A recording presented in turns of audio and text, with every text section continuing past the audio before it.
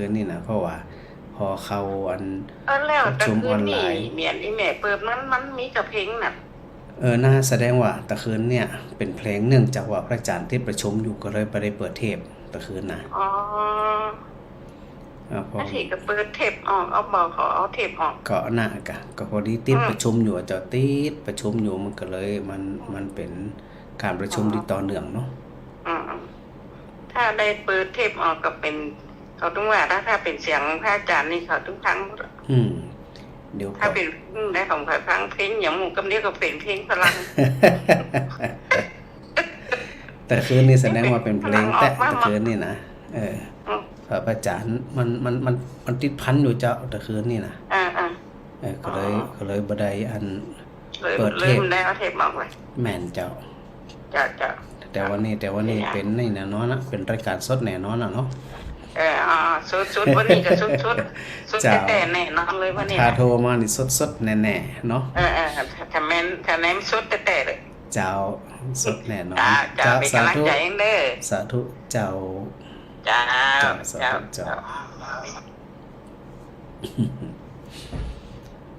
ฮะแม่บุญนักนะแจ้โอ้สวนจะเหมือนหวานได้หลายติดแล้วนี่แต่จะตึงหาว่าเป็นไป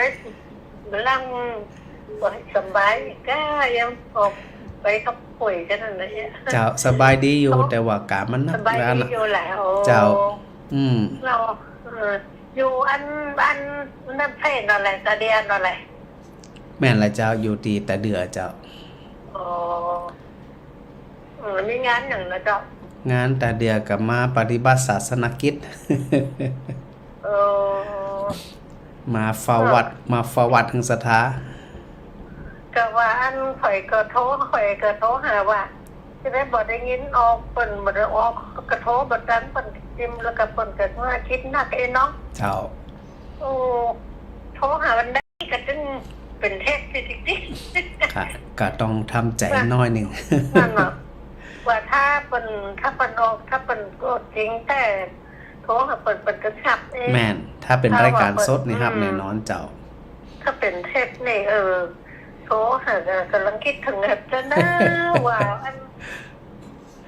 มันธุรกิจเป็นนักอันไม่ใช่ธุรกิจศาสนกิจศาสนกิจนะงานสังคมงานศาสนางานการศึกษาเนี่ยเจ้ามันเรื่องงานหมู่เนี่ยทำบัตรตันเจ้ามันทำบัตรตันย่อมเฮาบ่ทำบัตรตันเจ้าทำบัตรตันเจ้าอันใดก็ดีเนี่ยหลายสิ่งหลายอย่างโทรหาบ่ได้สิอันนั้นก็เป็นเทพเนาะหัวของเขาเนาะฟังกันจัดนักเหมือนกันเนาะอาจารย์นะคนฟังนี่หนักแต่หนักกว่าที่เป็นไปดังใดกับคนตักว่าอันโทรหาเปิ้นบ่ฮับจะอันที่เนาะว่า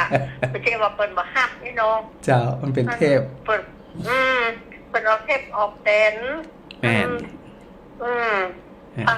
ฟังเทพก็จึงมีประโยชน์เนาะว่าถ้าศรัทธาเข้าใจก็โอเคเจ้าเข้าใจหมดแล้วเขาก็พังเขาแต่เขาก็หลงลืมเขาก็พังไปฟังไปเขาก็จะซึมซับไปเห็นเจ้าวางเขานะบางคนมันเขาก็บอกเข้าใจว่าเป็นบอกบ่ได้ยินมื้อนี้แล้วน่ะเจ้าหลายคนที่เพิ่นรอฟังอยู่แต่ว่าบ่ได้อันก็บ่ได้ออกอาจารย์บ่ได้ออกรายการสดอีกอ่ะแต่ตะคืนตะวาดูนั่นก็เทศเดียวอย่าคืนตะวานี่บ่แน่ใจอาจจะเป็นเพลงหรืออันนั้นเป็นเทพจะวัดคืนก่อนกะนั่นเนาะคืนก่อนว่าเพิ่นไปงานจะไปงานศพได้ยินพระอาจารย์เป็นว่าน่ะเจ้าไปงานศพปุณวัดเจดีย์สาวน่ะจะไปฟังสวดปนวัดเจดีย์สาวเจ้าไปฟังสวดได้เนี่ยจะโอนสตังค์ไปหอมเปิ้นจะมีนั่นไปได้ก็น่าทำบุญไปได้ก็น่ะเปิ้นทำบุญแถมเตือก็น่าจะเป็น100 วันนะเจ้าเพราะว่าเพิ่ง50 วันไปเมื่อวันที่ตะวานี่กะแถม50 วันนะเจ้าไม่ใช่อยู่บ่ดีบ่ได้ยินจัดไหลวันน่ะตอนนี้ชัดเจนดีเนาะเจ้าอันนี้ชัดเจนดีนะวันนี้ก็ชัดเจนดีโทรศัพท์ชัดเจนดีนี่สาธุเด้อสาธุไว้สาเจ้าเจ้า แม่น้อยไร่นาน้อย เช้าแม่ฟังอยู่เด้อ เจ้า วันนี้แม่ไม่ได้ไปสวดมนต์เพราะว่าก ะ สีมืดยัง ฝนจะตกอีกมัน เนาะ มันหมดฝน เป็นลมเต้ามันตกแต่ก็ดีนะ จะมาถึงนี้เพราะว่ามันอากาศมันร้อนบ่วันนี่นะ เจ้าเมื่อวันก็ร้อนแต่ อากาศยิ่งร้อนต่อใดโอกาสจะมีลมก็มีนักต่ออันเจ้า มันเป็นเรื่องปกติ ทันทีก็ได้ฟังตัวจริงยาเนาะ เสพก็ฟังยังก็ฟังว่าแม่จนจบปุ่นน่ะ เจ้า ก็โดยปกติเวลาไปไหนมาไหนเนี่ยก็โอ้ยศรัทธาเพิ่นก็ฟังวันนี้แม่ ไปไหนไปเจดีย์ซาวมีแม่นิตยา แม่วันดีกับแม่อย่างแห่งคนหนึงหลายคนอยู่เจ้าอันนี้นะปะกันเนาะดีละจะได้รักษาสุขภาพกันเนอะอากาศร้อน เจ้า เจ้าสาธุเจ้า เจ้า แม่อ้อยคนบ้านเหมาะแม่อ้อย นมัสการเจ้า เจ้า รับแล้วยังรับได้แล้ว รถจ่อง ฮะ กินรถจ่องเจ้า กินหลอดจ้อง มารับเจ้าย่ำได้ออกไปบ้านนอกเดือ โอ้รับได้แล้ว รับห่มพาได้แล้ว อันเขาได้กินของหวานนี่อ่ะ อ๋อ มารับเดือ เติมน้ำหวานกับเติมพลังกลูโคสเจ้า เจ้าดีกะไป ขาดหวานมาได้อันเนี้ย ขาดหวานไปได้อย่างเพราะว่าต้องเติมพลังเติมกลูโคสไปนะกะ น่ะ อืม แต่เขาว่ากินหวานนี่จิตหนูหวังเป็นเบาหวานไปตรวจเช็คอย่างวันนั้นไปที่ศูนย์มะเร็งเสียงหมื่นไป อืม มันมีอย่างเป็นอย่างสักอย่างอ่ะ กะอ๋อเขามีตรวจสุขภาพด้วยกันที่โรงพยาบาลมะเร็งอ่ะ เจ้า อ๋อแหละ พอดีอันลูกเบาบอกว่าเนี่ยไปตรวจก็ได้รู้ อืม มันได้เสียงต่างเนี่ย เจ้า เพราะใจเบิกตรงติดของลูกอีกอ่ะ อ๋อ เสียเงินไปติดทุกโรคของมันนี้ทั้งนั้ อื น มคุ้มกะอันเผื่อสุขภาพอย่างน้อยก็หูไหวเนาะจะได้ป้องกันไหวอย่างไหวกับเจ้า ก็เลยเหงาท อืม ำเขาว่ากินหวานนะเขาหวังเป็นเบาหวานเป็นนั่นเป็นนี่ นั่นน่ะคนจะเป็นมันถึงเป็นแล้วมีโอกาสเป็นเพราะว่ากินนักๆนี่นะ ไอ้กินนักอ่ะ อืม กินมัดทั้งลืมนะขายของหวานมากินของหวานเนี่ยมันจะไม่กินเนาะ อืมเดี๋ยวละอันสุขภาพแข็งแรงก็ดีละแหม่เนอะ สุขภาพนี้เป็นแข็งแรง โอเคดีละก็หาโอกาสพักผ่อนเพิ่มนะ การนมัสการในเจ้า เจ้าสาธุเจ้าก ำลังใจเจ้า เจ้าแม่มาไล่ปากไข่ไต เอาพระอาจารย์เจ้า เจ้า ฟังถึงวันเลยพระอาจารย์แม่ ฟังตึงวันก็ต้องฟังตึงวันสุขใจตึงวันนะกะ เป็นเต้นกับเป็นยังอ่ะ กะ ฟังในตะตั้มในตะลับพระอาจารย์ออกนะทำนี้เช็ดอย่างนี้ ถ้าเฮาบ่บ่มีหยังบ่เครียดเป็นหยังก็รับสบาย จะได้ทุกอย่างอ่ะเจ้าเป็นแค่ก็ได้เช่นกับฟังเหมือนกับ นั่นน่ะสบายใจดี สบายใจ เอาธรรมะนี่ก็สบายใจบ้าง แม่น ห่อนนี่สบายเย็นสบายใจ แม่นอากาศร้อนแต่ใจบ่ร้อนมันถึงมันจะร้อน เจ้าแต่วันมันห่อนขนาดอ่ะ อากาศร้อนใจร้อนมันซ้ำร้อนเนาะ แล้วถ้าเฮาห่อนตัวมันก็ห่อนไปแต่น้ำขาด ซ้ำให้อ๋อมันกับอันโยนหลัวเข้าไปใส่เลยก็ ตึงอยู่คนเดียวของแม่เนี่ยในวัน เอ นั้น อ แต่งดอกตัวจะว่าบ้านใครใจมันจะมีทานอะไรเนี่ยเจ้า ตาน ข เนี่ย องทำแป้งเจ้า วันที่13 14 15เนี่ย3 วันเรา เจ้า ในกาแฟของเราก่อนนะ ดี ลู ละ กร้านที่บอกทำบุญกันไปหาหน้าว่าอาจารย์เนาะ เจ้าก็อันสะสมบุญไปนะกะ สบายใจ ของสบายใจของเฮาทำไปสบายใจไปเองนะ เจ้า จะได้กระสาธุด้วยเนออย่าดีมีสุข สบายดีในเราแหละ สบายดีเจ้า ดีอาจารย์สบายดี เจ้าสาธุเนอ เจ้าสาธุเจ้า สาธุเจ้า แม่ท้องสุขคนวังเงินนาดง เจ้าฟังอยู่นะ ฟังอยู่นะ ฟังถึงวันน่ะเจ้า ค่ะ เป็นเทพก็ถึงฟัง ฟังแล้วรับดี อารมณ์ดีรับดี สุขภาพดีกะอายุยืนยาว ถ้าบ่ได้ฟังนี่ก็ยังว่ารักนี่เจ้าเว้าก ะ เอาเกิดไว้คนเดียวเอาว่าโอ้บ่มีบ่ได้ยินเสียงเจ้าจะได้ฮู้อีก กะอัน คนเดียว ถ้าระลึกถึงแล้วก็รับดีแล้วก็ระลึกถึงได้เจ้ารับหม่อนนี่นะ เจ้า จะไปเครียด ฟั มั ง น ถึ คน งวัน เฮา วันนี้ก็ถือว่าเป็นเทพนะหมอ วันนี้ถ้า 3 ครั้ง กะ พระพุทธพระธรรมพระสงฆ์3 ครั้ง เจ้า โอ้3 ครั้งติดแต่อีก บางคนก็เป็นสาวเตื่อจังว่ามันแบบนี้ โอ้สงสัยเป็นเทพแห่งกล้าอยาก บางคนเพิ่นว่าเป็นเทพนี่นะ เจ้า วันนี้เป็นรายการสดหลายคนที่เปิดนั้นยังไม่มีเบอร์โทรเตือก็มีนะเดี๋ยวว่างๆพระอาจารย์ก็จะทวนเบอร์โทรศัพท์แห่งกำเนาะแม่เนาะ เจ้าสาธุแม่สองสุข สาธุเจ้า สาธุเจ้าฮะแม่กับแก้ว เจ้าไว้สาเจ้า สาธุเจ้า ญาติโยมนี่แม่นขนาดเลยเนาะวันที่27วันพุธนี่เนาะเจ้า แม่นเลยอะ พุธที่27นี่แม่นมันอะ วันที่เอาเจ้า ถ้า วันได้สนทนาธรรมดีเนาะเจ้า แม่น สถา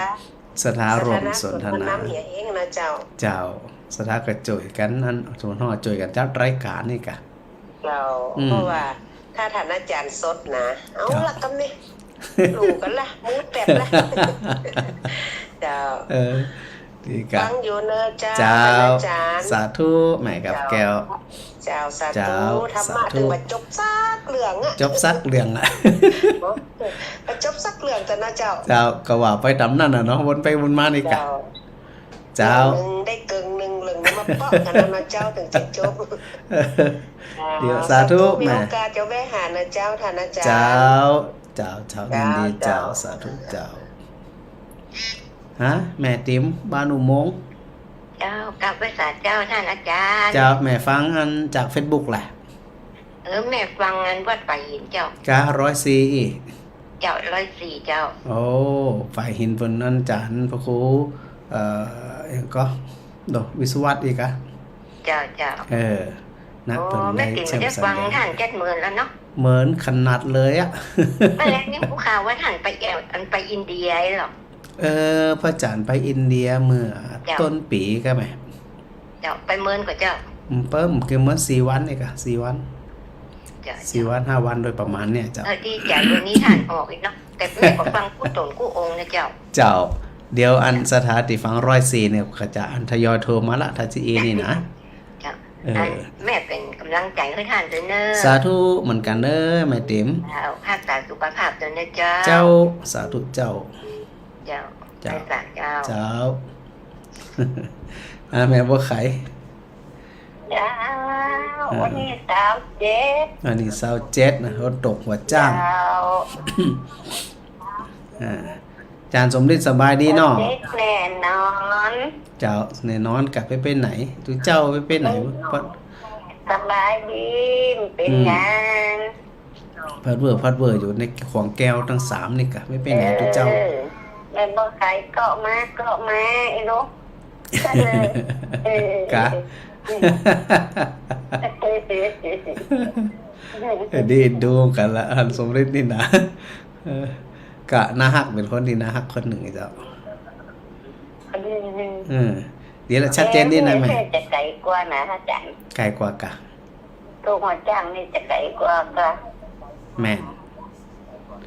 ไกล เป็นหยังจะไกลจะไกล มันตรงเนาะ เจ้าเป็นหยังจะไกลกันเป็นหยังสาธุเน้อแม่ อยู่นั่นน่ะเดี๋ยวถ้ารถนี่ก็จะไปเอาหา ได้เลยยินดีเจ้าสาธุแม่สาธุเจ้า บอกแม่จัดแก้เลยว่าวันพุธดีเด้อ เจ้าสาธุแม่นิตยา โอ้กดมือก็จะแปดแล้ว แสดงว่ามือ ได้ว่าที่ มือ วันนี้ มือบ่แปบเตี่ยเนาะเอามือแปบก่อนกะ ของแต่ละวันนี้ของแต่ละ เจ้าของแท้กะวันเนี้ย ของแต่น่ะถึงจะแซวเดียวเนี่ยของบัตันคิ้วเปิดสักเตียนะ เจ้าแม่ลดอันวิทยุกล้ามเสียงมันดังหน่อย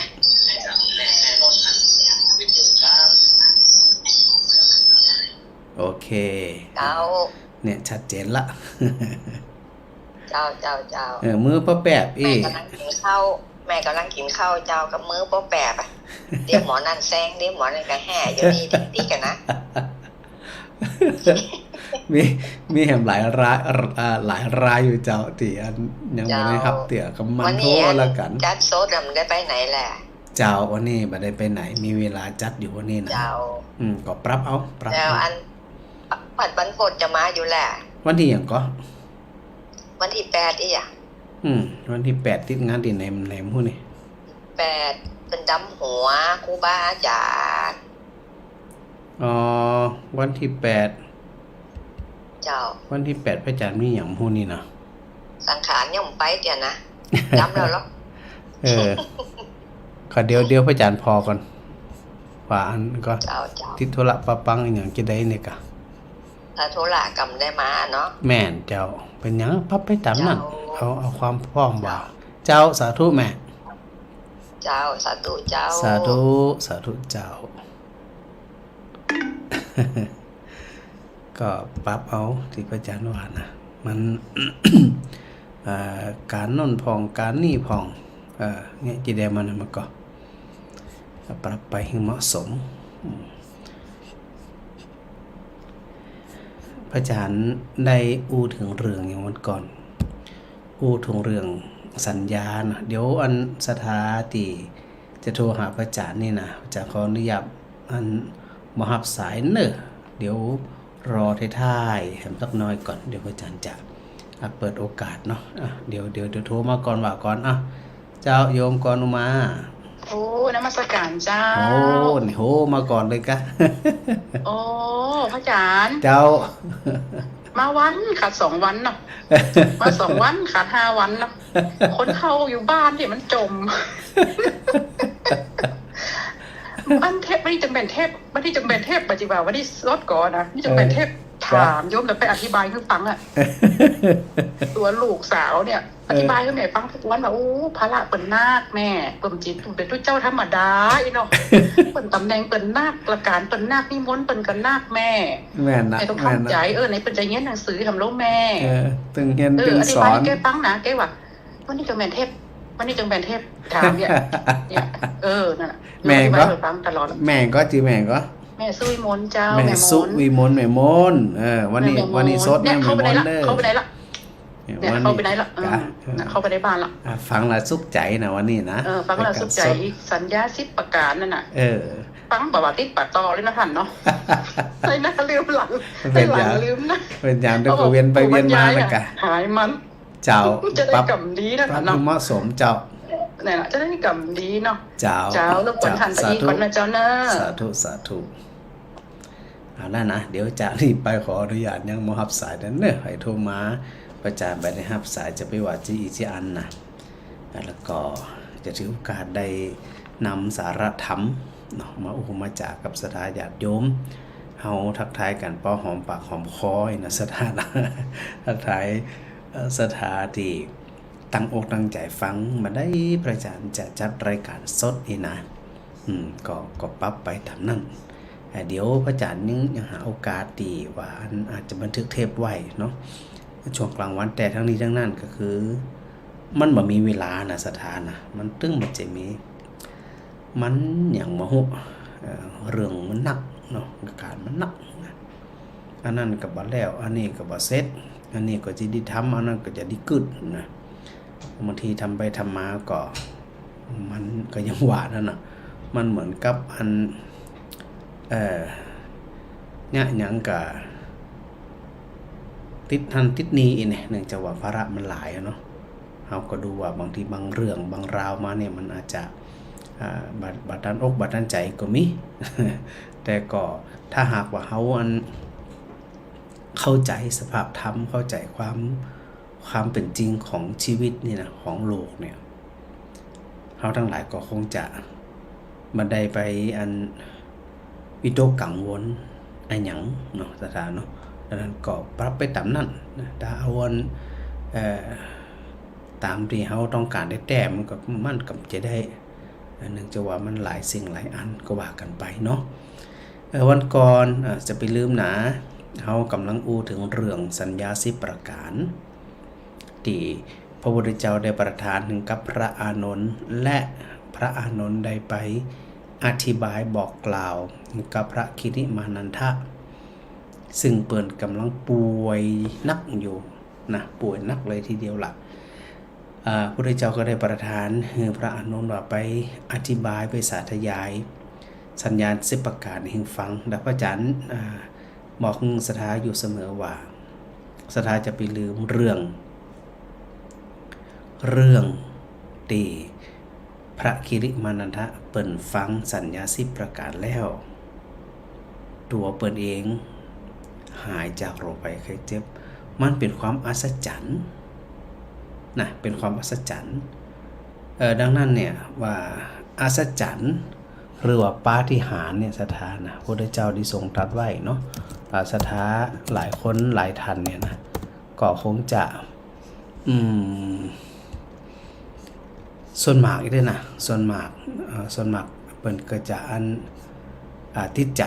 เนาะติดใจในเรื่องของปาฏิหาริย์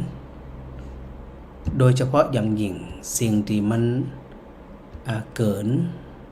หรือว่าเหนือความสามารถของตัวเก่านะพอมันเหนือเกินความสามารถของตัวเก่าแล้วเนี่ยก็มักจะกล่าวว่าสิ่งทั้งหลายเหล่านั้นเนี่ยมันเป็นเรื่องพิเศษเขาถึงจะคิดจะอ่านว่ามันเป็นเรื่องวิเศษถึงห้องว่าปาฏิหาริย์หรือปาฏิหาริยะ คือมีฤทธิ์มีเดชนั่นเองพระอาจารย์อุตกี้ว่าอาปาทสูตรหรือคิริมานันทะหรือสัญญา10ประการเนี่ยเป็นปาฏิหาริย์ที่พระคิริมานันทะเปิ่นฟังแล้วเปิ่นพิจารณาโดยแล้วเข้าใจพอเข้าใจแล้วก็เลยหายจากโรคภัยไข้เจ็บนะอันนี้เป็นห้อปาฏิหาริย์ซึ่งในทางพระพุทธศาสนานั่นเนี่ยพระพุทธเจ้าได้ทรงตรัสถึงเรื่องของปาฏิหาริย์ไว้อยู่3ประการ 1. อิทธิปาฏิหาริย์แสดงฤทธิ์ใดมีฤทธิ์มีเดชได้เหาะเหินเดินอากาศได้หายตัวได้อีกนะเปิดห้องว่าอิทธิปาฏิหาริย์ 2. อาเทศนาปาฏิหาริย์คือสามารถจะหู้วาระจิตของคนอื่นได้ท้ายใจของคนอื่นได้แล้วก็ 3. อนุสาสนีปาฏิหาริย์คำสอนที่มีผลเป็นอัศจรรย์นะสถาจำอัศจรรย์3ข้อว่าอิทธิปาฏิหาริย์อาเทศนาปาฏิหาริย์แล้วก็อนุสาสนีปาฏิหาริย์ตัวแรกอิทธิปาฏิหาริย์คือมีฤทธิ์มีเดชแสดงฤทธิ์แสดงเดชยังได้หมดจะมีสำหรับผู้ที่บำเพ็ญสมถกรรมฐานฝึกในเรื่องของสมถะในเรื่องของพลังจิตกำลังจิตนะก่อเกิดฌานสมาบัติซึ่งตัวฌานสมาบัตินั่นเนี่ยเขาก็จะต้องรู้ว่าจิตมันต้อมจิตมันเป็นหนึ่งเดียวเนี่ยนะคือมันรวมมาแล้วมันจึงมีพลังเหมือนกับแม่น้ำแม่น้ำที่ไหลลงจากเขาสายน้อยๆนี่นะไหลลงจอกๆแจ๊กๆจอกๆแจ๊กๆเนี่ยเมื่อใดก็ตามลำน้ำเหล่านั้นถ้าไหลลงสู่แม่น้ำใหญ่จะมีพลังมหาศาลไอตัวนี้แหละเปิ่นจึงฮู้ว่ามีฤทธิ์ทั้งนี้ทั้งนั้นก็ต้องด้วยอาการอย่างรวมเป็นหนึ่งจิตเป็นหนึ่งเหมือนสถาเนาะหลายคนที่เปิ่นนอนบ่หลับทำสมาธิพอสมาธิเนี่ยมันไปใส่ใจอยู่เรื่องใดเรื่องหนึ่งโดยปกติเนี่ยเนาะคนนอนบ่หลับเนี่ยโดยส่วนมากเนาะถ้าเป็นโรคภัยไข้เจ็บก็อันนั้นก็เป็นเรื่องของกายเป็นโรคทางกายแต่บางคนเนี่ยบ่มีโรคทางกายยังนอนบ่หลับเอาซื่อๆเนี่ย บนห้องว่าเป็นโรคทางใจเป็นโรคจิตโรคทางใจสิ่งที่อันไปช่วยได้ก็คือทำสมาธิสถาธรรมทำสมาธิเช่นไปดูลมหายใจกำหนดลมหายใจมันก็หรือไปดูที่เฮานอนอยู่นะดูร่างกายตัวเก่านี่นะดูพอดูจนได้ดีแล้วจิตมันตอมจิตมันเป็นสมาธิมันจะบ่คิดถึงเรื่องอื่นเลยพระอาจารย์บอกสถาอยู่ประจำว่าเรื่องราวต่างๆที่จะเนี่ยใจเศร้าหมองได้เนี่ยก็เพราะส่งจิตไปภายนอกไปนึกถึงคนจังผ่องไปนึกถึงคนฮักผ่องไปนึกถึงสิ่งนั้นสิ่งนี้ผ่องจิตมันพล่านไปหาอารมณ์ภายนอกเนี่ยเมื่อใดสมาธิจะบังเกิดเมื่อนั้นดังนั้นถ้าหากว่าเราต้องการอิทธิฤทธิ์หรืออิทธิปาฏิหาริย์ความอัศจรรย์ในเรื่องของอิทธิฤทธิ์เนี่ยสถาก็จะต้องฝึกฝนเหมือนกันคือสังเกตเอาง่ายๆก็คือสังเกตตัวเองมันหรือ ไปนึกถึงความดีอย่างกระจ่างที่สถานึกถึงแล้วมันเป็นความดีนะสถาก็นึกถึงความดีนั่นแล้วความดีมันยังใจฟูพอใจมันฟูแล้วโอกาสที่จะเศร้าหมองระทมทุกข์มันก็จะบ่มีหรือสังเกตตัวเองขณะที่นอนอยู่นะอาจจะพอใบหน้าก็ได้พอแต่ใบหน้าสังเกตแต่ใบหน้าหรืออาจจะพอลำตัวที่เขากำลังนอนอยู่พอจนจิตมันจับอยู่กับสิ่งที่เขาสังเกตความอัศจรรย์จะเกิดขึ้นอิทธิปาฏิหาริย์จะเกิดขึ้นอย่างย่อยๆอย่างหย่อมๆก็คือเกิดความอัศจรรย์ใจว่าเขาสามารถบังคับใจได้อันก็ต้องอาศัยการฝึกฝนมันนะฝึกฝนมันสังเกตมันพอสังเกตมันจิตมันตอมความกังวลกับมีความหวาดผวากับมีมันนิ่งพอมันนิ่งแล้วรับสถานเดียวสถานที่มันบ่รับเพราะมันคิดนักมันกึดนักหลายเรื่องหลายราวมันก็เลยนอนบ่รับมันก็นั่นก็จะต้องปรับนะสถานนะปรับถ้าต้องการมีอิทธิปาฏิหาริย์แต่ พระพุทธเจ้าทรงตรัสไว้ว่าในเรื่องของปาฏิหาริย์ที่เหาะเหินเดินอากาศได้มีฤทธิ์มีเดชจะอันจีเนี่ยนะโดยสุดท้ายพระพุทธเจ้าก็บ่ได้สรรเสริญเท่าที่ควรนะเหมือนกับพระที่เป็นมีฤทธิ์มีเดชแต่แล้วก็ไปแสดงฤทธิ์แสดงเดชคือสถาหันเนี่ยนะพระพุทธเจ้าปรับอาบัติเหมือนกัน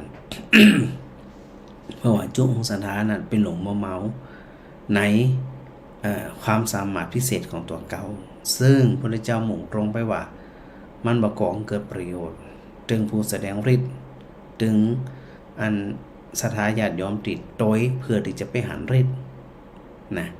เพราะเป็นที่แล้วเนี่ยนะพระพุทธเจ้าจึงต่อหึงมีฤทธิ์มีเดชนะพระพุทธเจ้าก็ตรัสห้ามพระภิกษุสงฆ์เนี่ยแสดงปาฏิหาริย์แต่ถ้าบ่ได้ละอวดอ้างตัวเองว่าได้อวดอ้างตัวเองว่าฮู้อวดเองตัวเองว่าหันอวดอ้างตัวเองว่าสัมผัสกับพูดผีปีศาจสื่อกันได้อย่างกันได้อีนะถ้าบ่มีในตัวบ่ฮู้แต่นะแล้วก็ไปอวดอ้างพ้นจากความเป็นทุเจ้าเป็นอาบัติปาราชิกพระพุทธเจ้าบ่ได้สรรเสริญเรื่องของปาฏิหาริย์เพราะว่าบ่ใช่จุดสูงสุดของความสุข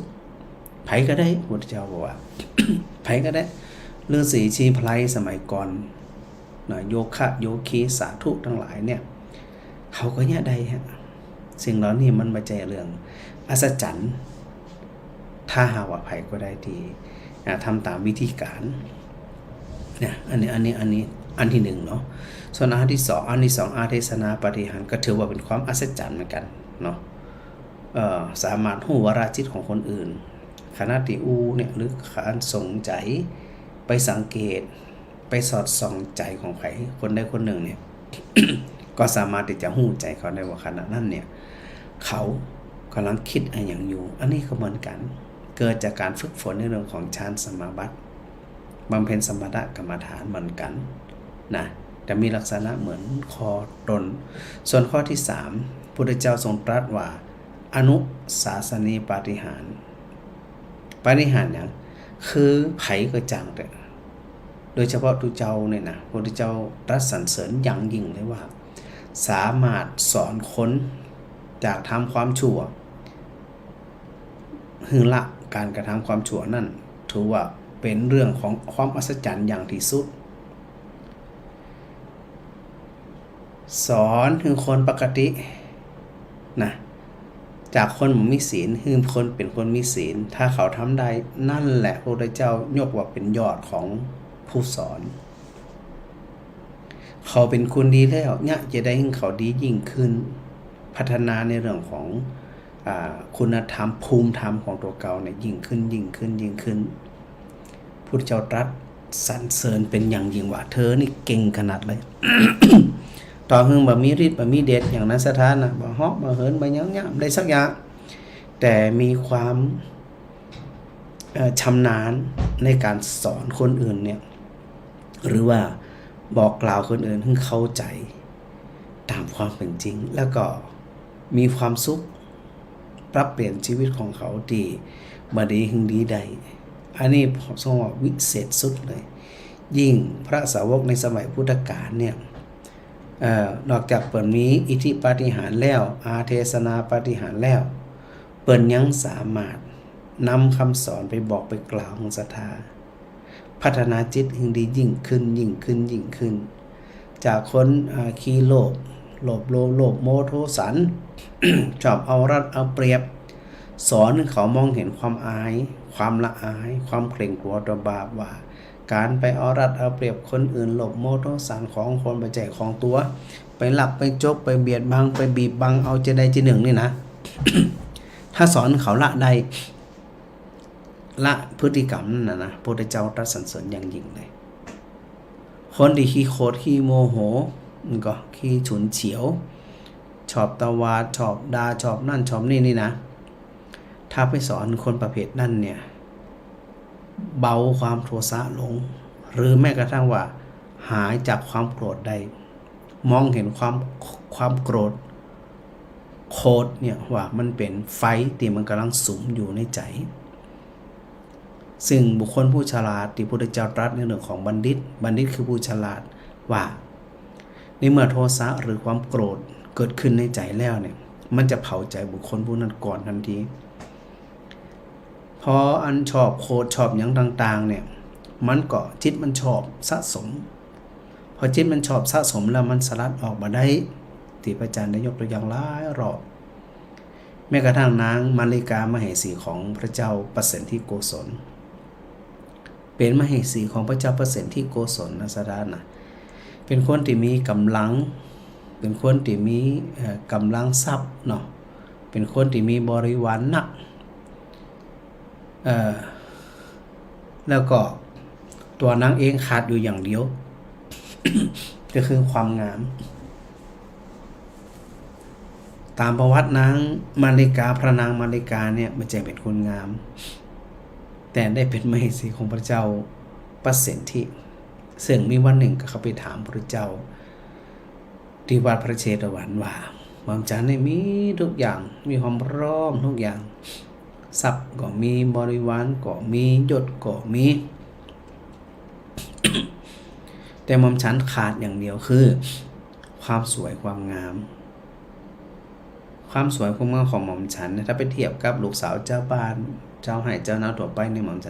ฉันเนี่ยสู้เขาบ่ได้เป็นเพราะอะไรอย่างพระเจ้ากระตัดในเรื่องของโทษของความโกรธว่าคนที่ขี้งุดงิดมันฉุนเฉียวมันนี่สะสมไว้เลยเกิดมาแต่ละภพแต่ละชาติเป็นคนขี้ริ้วขี้เร ขี้เรมีโอกาสเป็นคนสวยคนงามก็เปิดนี่มีเขาจะอาจจะมองว่าโอ้มันคำภพคำชาติไปจะไปหู้สถาก็ลองย้อนแยงแหว่นดูขณะที่ตัวเองโคตรชวนเฉียวขณะตัวเองวิ่งนี่นะมันน่าพอก่อนนั่นน่าพอผิวพรรณกับเศร้าหมองหน้านิ้วคิ้วก็หมดเลยเมื่อหน้านิ้วคิ้วกับหมวดกล้ามเนื้อเซลล์ต่างๆมันหัดมันบีบมันขันหมดเนี่ยนะ มันก็จะมีลักษณะของการบีบกันย่นพอการบีบกันย่นมันเข้าสภาพจิตที่ไปสะสมของความโกรธเนี่ยมันสลัดยากก็ยากคือเกิดมาแต่ละภพแต่ละชาตินี่นะก็เป็นคนขี้โคตรขี้โมโหขี้โคตรขี้โมโหขี้ด่าขี้งุดงิดขี้บ่ชอบใจอันนั้นก็บ่ชอบอันนี้ก็บ่ชอบคนนั้นก็บ่ดีคนนี้ก็บ่ได้มิ่งอยู่คนเดียวมึดอยู่คนเดียวอันนี้ระวังดีว่าเกิดมาพบใดชาติใดมีโอกาสเป็นคนขี้ริ้วขี้เหร่แน่ๆ นั่นนะท่านนะแต่ถ้าไผบอกได้สอนได้กล่าวได้คือคนนั้นเนี่ยบรรเทาความโกรธไปพองหรือมีความโกรธเล็กๆน้อยๆบ่พอใจเล็กๆน้อยๆเนาะไปสอนเปิ่นคือเปิ่นให้หันว่าโทสะความโกรธของเราต่างๆนำไปใส่ใจก่อนเกิดสติปัญญาดีๆว่าจริงๆแล้วเฮาโกรธไผ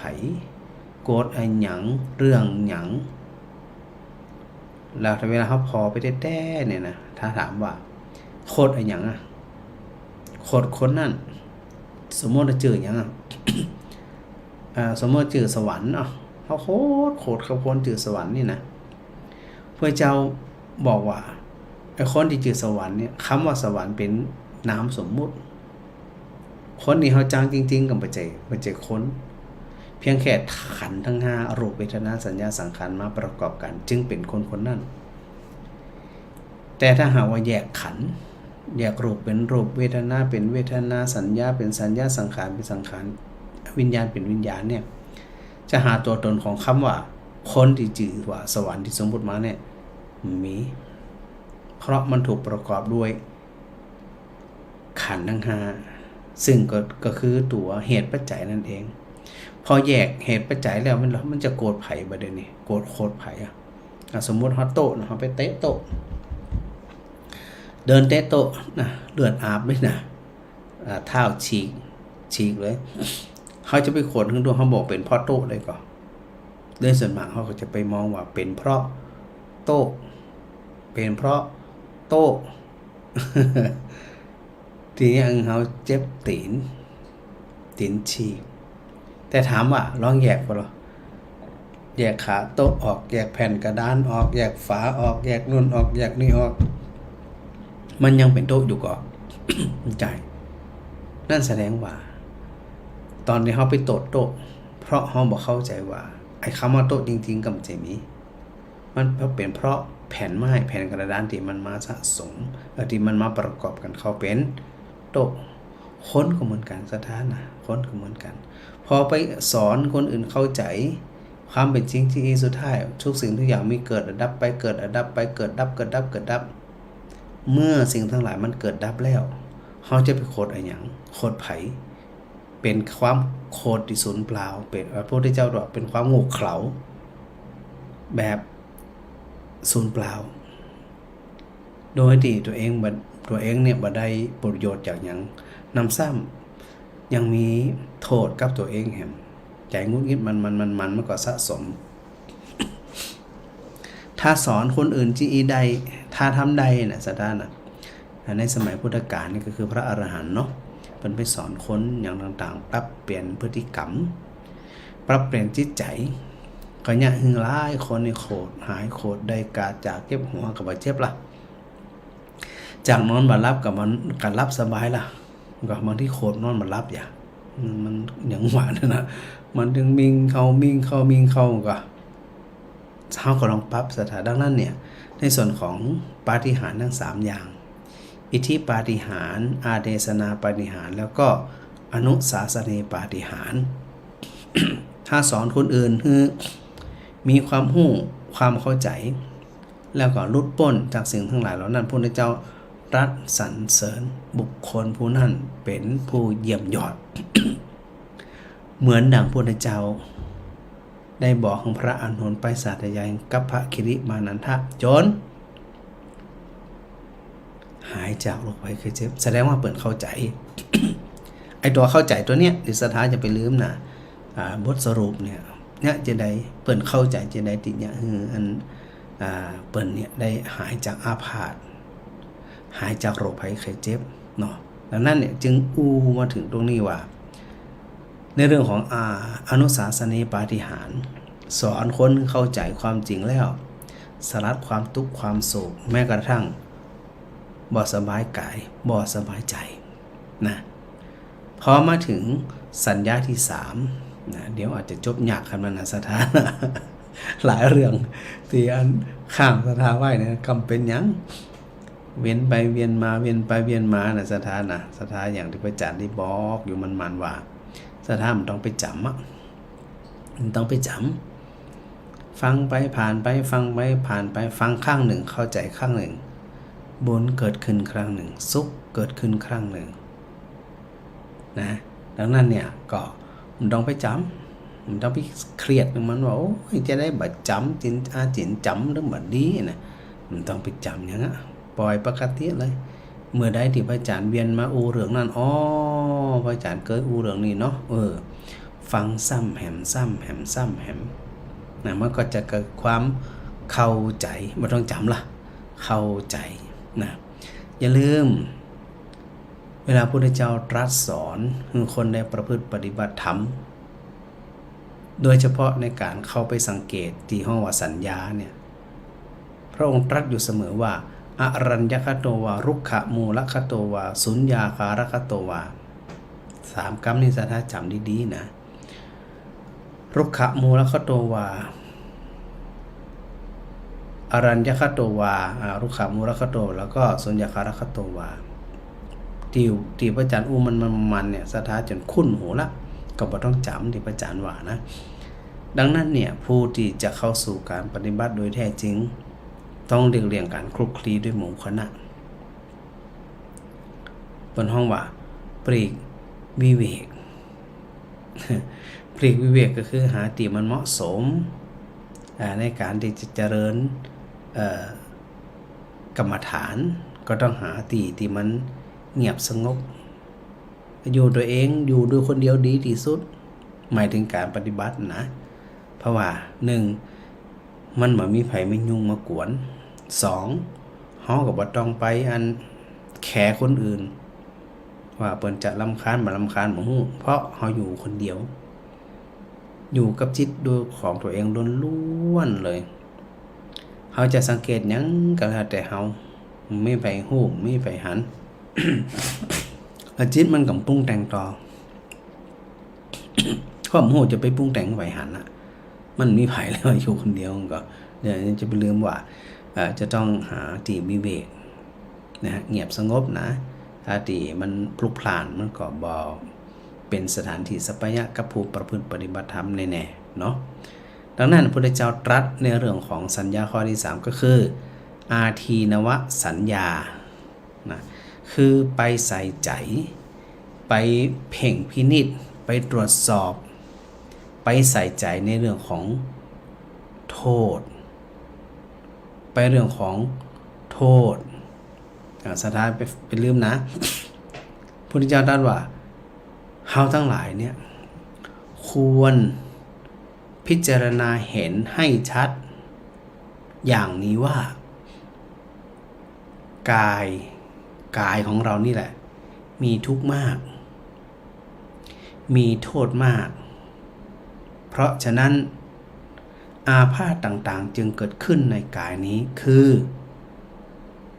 โรคตา1โรคตา 2โรคหู3โรคจมูก4โรคลิ้น5โรคกาย6โรคศีรษะ7โรคที่ใบหู8โรคที่ปาก9โรคที่ฟัน10โรคไอ11โรคหืด12โรคไข้หวัด13โรคไข้พิษ14โรคไข้เสื่องซึม15โรคในท้อง16โรคลมสลบ17โรคบิด18โรคจุกเสียด19โรคหลงราก20โรคเรื้อน21โรคฝี22โรคกลาก23โรคมงคลอ24โรคลมบ้าหมู 25โรคหิดเปื่อย27โรคหิดด้าน28โรคคุถราช28โรคฮูด29โรคละอองบวม30โรคอาเจียนเป็นโลหิต31โรคดีเดือด32โรคเบาหวาน33โรคเริม34โรคผุพอง35โรคฤทธิ์สีดวง36โรคที่มีดีเป็นสมุฏฐาน37โรคที่มีเสมหะเป็นสมุฏฐาน35โรคที่มีลมเป็นสมุฏฐาน36โรคที่มีไข้สันนิบาต37เกิดจากฤดูแปรปรวน38โรคที่เกิดจากการบริหารไม่สม่ำเสมอ39โรคที่เกิดจากความเพียรเกินกำลัง38โรคที่เกิดจากวิบากกรรมของตัวเอง39ความหนาว40ความร้อน41โรคที่จะเกิดจากความหิว42โรคที่เกิดจากความกระหาย43โรคที่เกิดจากการปวดอุจจาระ45ปวดปัสสาวะ45ถึงมวลเนี่ยนะสถานนะพระเจ้าสรุปว่ากายมิโทษเป็นทุกข์นักโดดนักเพราะอย่างมันมีโรคที่ปาทัดให้เอาถึงอย่างเมื่อกี้อย่างเช่นโรคเบาหวานมันจะมีเฉพาะสมัยเฮานะอันนี้พระเจ้าตรัสมาเมื่อ 2,600 ปีแล้วโรคทั้งหลายนี่เกิดจากอย่างเกิดจากร่างกายก็คือตัวรูปร่างกายถ้าบ่มีรูปร่างกายมันจะเป็นโรคต่างๆก็โรคตาโรคหูโรคจมูกโรคลิ้นโรคกายโรคศีรษะโรคตีนใบหูโรคปากโรคฟันโรคไอโรคหืดโรคไข้หวัดโรคไข้ทรพิษโรคไข้เสื่อมโรคในต้องโรคล้มสลบโรคบิดโรคจุดเสร็จโรคลงรากโรคเลื่อนโรคฝีโรคกลากโรคมองคอโรคลมบ้าหมูโรคหิดป่วยโรคหิดดันโรคคุดทลาดคือเป็นหูดโรคคู่พองโรคฤทธิ์สีดวงนะโรคที่มีดีเป็นต้นเหตุโรคที่มีอันเสมหะเป็นต้นเหตุโรคที่มีลมเป็นต้นเหตุโรคที่มีไข้เป็นต้นเหตุโรคที่อากาศแปรปรวนเป็นต้นเหตุเกิดจากการบริหารกายใจบ่สม่ำเสมอโรคเกิดจากทำงานหนักเกินไปมีความเพียรเกินไปเกินกำลังโรคที่เกิดจากวิบากกรรมคือกรรมเก่าบางโรคเกิดจากความหนาวความหมอนความหิวกระหายปวดอุจจาระปวดปัสสาวะเหล่านี้ในสถานทั้งหลายพระเจ้าทรงตรัสไว้ที่ได้ประทานให้กับพระอานนท์ไปแสดงกับพระคิริมานันทนานะว่าเธอพิจารณาถึงร่างกายดีๆที่เธอกำลังป่วยอยู่เนี่ยเธอบ่ป่วยเรื่องใดก็เรื่องหนึ่งแน่ๆขณะนี้เธอป่วยเรื่องหยังป่วยเรื่องนี้ดังนี้สมมติว่าเปิ่นป่วยอย่างเดียว เปิ่นป่วยเป็นโรคอย่างเดียวสมมติสักอย่างหนึ่งเปิ่นป่วยเป็นโรคเบาหวานแล้วกันที่ได้ถึงแล้วเป็นโรคเบาหวานผู้เจ้าพิจารณาโดยแยบคายว่าโรคเบาหวานของเธอนั่นมันเกิดจากหยังก็เกิดจากฤดูแปรปรวนกาเกิดจากพันธุกรรมกาเกิดจากจิตกาเกิดจากกรรมกาไปดูดีๆแต่เธอใส่ใจดีๆนะว่าโรคที่มันเกิดขึ้นกับร่างกายเพราะมีรูปร่างกายที่อาศัยโรคจึงไปเกาะเกี่ยวอยู่กับร่างกายดังนั้นเนี่ยเธอใส่ใจดีชัดๆว่าที่เธอป่วยเนี่ยมันป่วยเพราะหยัง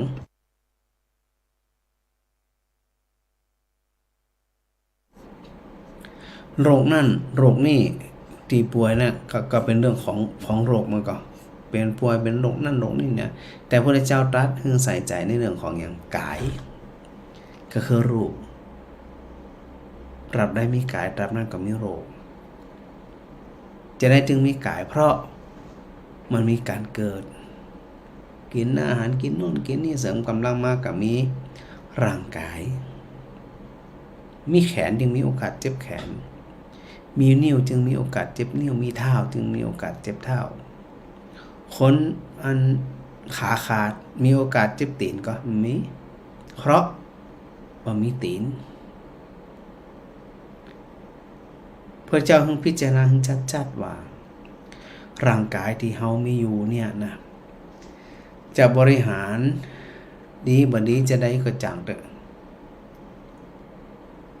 มันจะเสื่อมไปทุกวันโรคภัยไข้เจ็บพร้อมที่จะถาโถมเข้ามาเกาะกินเมื่อร่างกายบกพร่องลงธาตุน้ำธาตุดินธาตุไฟธาตุลมบกพร่องลงโรคภัยไข้เจ็บมันชอบเธอพิจารณาดูดีๆนะพอพระคิริมานัสสะเปิดคงจะระลึกถึงในเรื่องของร่างกายที่มันกำลังนอนป่วยอย่างนักหน่วงเลยมันมีสิ่งนี้มันมีโรคมันก็เพราะมันมีรูปที่มันมีรูปก็คือมีปัจจัยที่ก่อเกิดรูปนี่ก็มีภพมีชาติจึงมีชรามรณะตามมาเพราะเปิดกึดที่อีเนี่ยเปิดจึงมาไปใส่ใจให้ความสำคัญกับโรคที่มันก็กัดกินใจกัดกินกายของตัวเองอยู่เพราะเปิดพิจารณามองเห็นว่ากายเนี่ยมีไปกระตับอันมีกระจ่างเป็นสาระที่เพราะมันไม่ดีเกาะเกี่ยวนั่นเองมันถึงไปเกาะถ้ามันมีที่เกาะที่กรรมที่กินมันจะถึงได้เกาะที่กรรมที่กินพระอริยะเป็นมองทะลุมองเห็นชัดเจนว่าสรีระร่างกายนั่นบนายึดมั่นถือมันเพราะมันไม่ได้อยู่กับเฮาตลอดยิ่งไปยึดมั่นถือมันก็ยิ่งสร้างความยึดมั่นถือมันเมื่อมีการยึดมั่นถือมันมีอุปทานเมื่อใดมันก็ก่อเกิดอย่างก่อเกิดการยึดติดแน่ๆเพราะมันไปยึดมันถือมันเป็นอุปาทานเขาจะเนี่ยจะได้ดีโดยที่สุดที่พระเจ้าทรงตรัสในเรื่องของการทิ้งการวางแต่ว่าถ้าหากว่าเขาบ่ทิ้งบ่วางมันก็มีโอกาสกลับเวียนว่ายได้เกิดมาอันเก่าอย่างเก่าเหมือนเดิมสถาเขาลองคิดพอเขาแล้วกันว่าอัน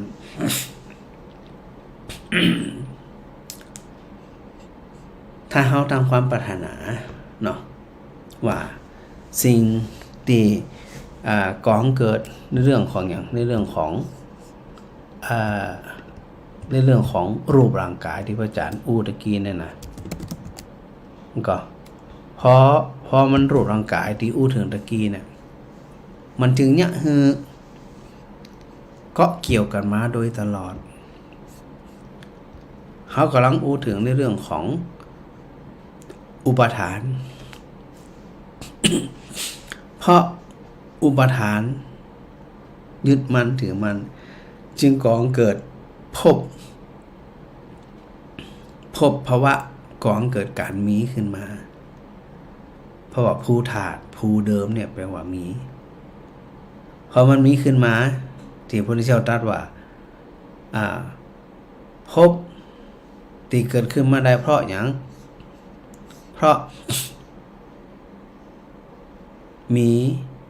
ความยึดมั่นพอมีภพมีความยึดมั่นถือมั่นจึงมีภพจะได้จึงมีภพเพราะมีการเกิดแล้วการเกิดมาจากไหนการเกิดก็ไล่มาแหมเกิดจากอวิชชาเกิดจากตัณหาที่เป็นตัวก่อเกิดอยู่ร่ำไปเขาจะมาเข้าใจตรงนี้อย่างดีพระคิริมานันทะเนี่ยเปิดเข้าใจได้แค่ไหน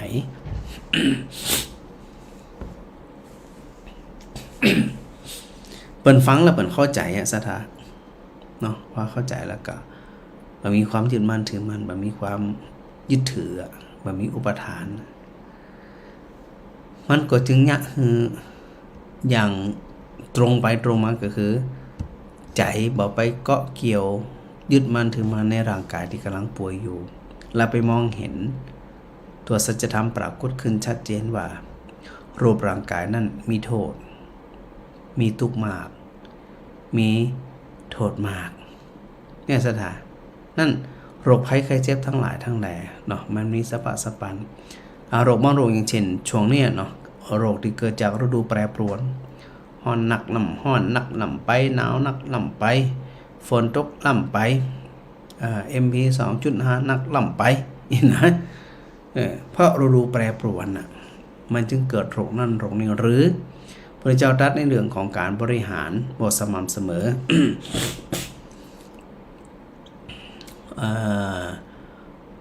บนห้องว่าเนี่ยอันพักผ่อนแบบเพียงพอนะพักผ่อนแบบเพียงพอย่ำปอเตือใจร่างกายของเราเองเกินกำลังและบ่สามารถที่จะยั้งตัวเองนั่นเนี่ยเกิดการบริหารอย่างสม่ำเสมอสถาไปดูอันในเรื่องของการที่เนี่ยคนเนี่ยมีอายุยืนแบบปราศจากโรคภัยไข้เจ็บเนี่ย2 ข้อต้น2 ข้อต้นก็คือ1พักผ่อนเพียงพอ2ทำอารมณ์แจ่มใสอยู่เสมอไอตัวอารมณ์แจ่มใสมาเป็นอันดับ1จะมีโรคหนักบ่โรคหนักจะเป็นคนมีอายุยืนบ่มีอายุยืนอยู่ที่สภาพจิตบัดเดี๋ยวนี้อย่างเฮาหันเนี่ยก็บางคนก็โอ้ยอิดตึงหิวตึงเรื่องราวเรื่องปากเรื่องท้องเรื่องอยู่เรื่องกินเรื่องการเรื่องงานสะปะสะปันเครียดพอเครียดแล้วสถาหวังจะให้จิตมันมีความสุขใดจะใด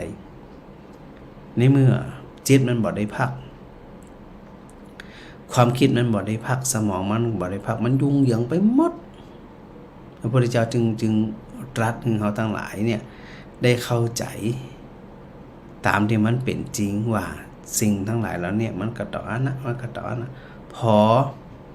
เขาไปเข้าใจความจริงที่อีแล้วนึกถึงตอนที่อันพระคิริมานั้นเนี่ยนะเปิ่นได้ฟังเนี่ยพอเปิ่นเข้าใจอย่างกระจ่างแจ้งแล้วเราบ่ไปสู่ความยึดมั่นถือมั่นในโรคร่างกายที่ตัวเองเป็นอยู่นะซึ่งถามว่าจุดสูงสุดของพุทธศาสนาคือการไม่ยึดมั่นถือมั่นนั่นก็คือเข้าสู่พระนิพพานการเข้าสู่พระนิพพานก็คือการบ่กลับมาเกิดอีกแต่โดยทั่วไปหมู่ชาวพุทธของเฮาก็ยังติดในเรื่องของอยากเกิดมาก็อยากเกิดมาอยากร่ำอยากรวยอยากโน่นอยากนี่สะปะสะปันเพราะเฮาทำคุณงามความดีเนาะมันก่อให้เกิดเป็นอานิสงส์การเกิดมาแหมอย่างคนปุถุชนทั้งหลายก็ปรารถนามันก็ขอร่ำรวยรูปร่างดีแข็งแรงสุขภาพสมบูรณ์จากอันที่ขอนะดีกว่าดีกว่าคนที่เกิดมาแล้วบ่มีความพร้อมคนที่มีความพร้อมดีกว่าแต่ยิ่งดีกว่านั้นอย่าได้เกิดทุกขาชาติปุณณการเกิดบ่อยๆมีทุกข์อยู่ร่ำไปทุกข์แน่นอนพระพุทธเจ้าต้องตัดสรรเสริญการบ่เกิดถ้าบ่เกิดเมื่อใดโรคภัยไข้เจ็บก็จะบ่มีกับเฮาเหมือนนั้น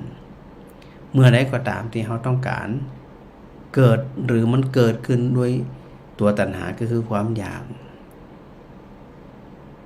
พอมันเกิดขึ้นแล้วมันพลักไสมันพลักส่งไปสู่สภาวะที่ห้องออกเป็นรูปธรรมเข้ามาแปดเปื้อนเข้ามากระแทกอยู่สม่ำเสมอเนี่ยอันนี้เป็นเรื่องของการที่เขาไปเข้าใจในเรื่องของโรคภัยไข้เจ็บซึ่งสถานหลายคนหลายท่านเนี่ยเนาะปวดแข้งปวดขาปวดเข่าจะอันจะไปใส่ใจมันหน้าที่ของเขารักษาเต่าที่เขาจะรักษาได้ไปใส่ใจเจ็บก็เจ็บปวดก็ปวดยาทากะทานั่งในท่าได้สะดวกก็คือนั่งท่านั่นบริหารร่างกายพ่องซอยแข้งซอยขาพ่องจะอันพ่องพอมันได้ยืดมันได้ขยับมันก็ พอมันยืดเราได้ขยับมันก็ก่อยผ่อนไปหายไปคลายไปผ่อนไปหายไปคลายไปอันนี้พระท่องว่าเป็นเรื่องของการบริหารร่างกายแล้วมีคำตัวหนึ่งที่พระพุทธเจ้าตรัสว่าโรคบางโรคนั้นเกิดจากวิบากกรรมอันนี้วิบากกรรมมันเกิดจากกายกรรมวจีกรรมมโนกรรม กรรมทั้ง3อย่างก่อนเกิดโรคภัยไข้เจ็บได้เช่นเดียวกันซึ่งมันจะหนีไปไหนสถานตัวกรรมซึ่งบางคนเนี่ยก็บอกว่าที่ว่า อันทุกเจ้านี่สอนพิษนะบางทีเขาเกิดมาอยากจนก็บอกเป็นเรื่องของกรรมนะบางคนบอกว่าไม่ใช่เรื่องของกรรมไม่เรื่องของความขี้ข้านเป็นเรื่องของการโอกาสที่มันบ่มีขึ้นในทางพุทธศาสนามองเป็นเรื่องกรรมหมดเลยอย่าลืมอดีตกรรมและปัจจุบันกรรมอดีตกรรมเฮาไปฮู้หยังจัดแล้วจัดไหนจัดได้เฮาไปฮู้หยังเกิดมาจัดนี่จึงลำบากอยากจนอาจเป็นกรรมก็ได้เฮาฮู้แต่สิ่งสำคัญก็คือปัจจุบันกรรมกรรมปัจจุบันสมัยเรียนหนังสือก็บ่ห้ามบ่เรียนสมัยทำการทำงานเป็นผู้รักผู้ใหญ่บ่ห้ามขี้ข้านม่วนกินเหล้าเมายาไปแอวไปแหว่งไปอะไรที่บ่ดีเนี่ยไปก็แล้วมันจะฮึงร่ำรวยได้จะได้อันนี้เปิ้นฮ้องเป็นปัจจุบันกรรมโรคบางโรคบ่ได้บริหารร่างกายให้สมบูรณ์นี่อันใดที่มันดีก็น้ำใส่ร่างกายอันนั้นบ่ได้ก็น้ำเข้าสู่ร่างกายมันก็เป็นเรื่องกรรมไปถึงมโนกรรมก็เหมือนกันนะกรรมทางใจเนี่ยเฮาจ้างไผเกลียดไผอาฆาตไผอิจฉาริษยาไผมันเกิดจากใจไอ้ใจตัวเนี้ยมันเป็นตัวเสพคุณพอมันเสพคุณมันเข้ามันก็สะสมพอสะสมเสร็จมันก็จึงนำไปสู่ความเมื่อมีความสุขใจมันเป็นกรรมที่เกิดจากกายเกิดจากกรรมเกิดจากใจ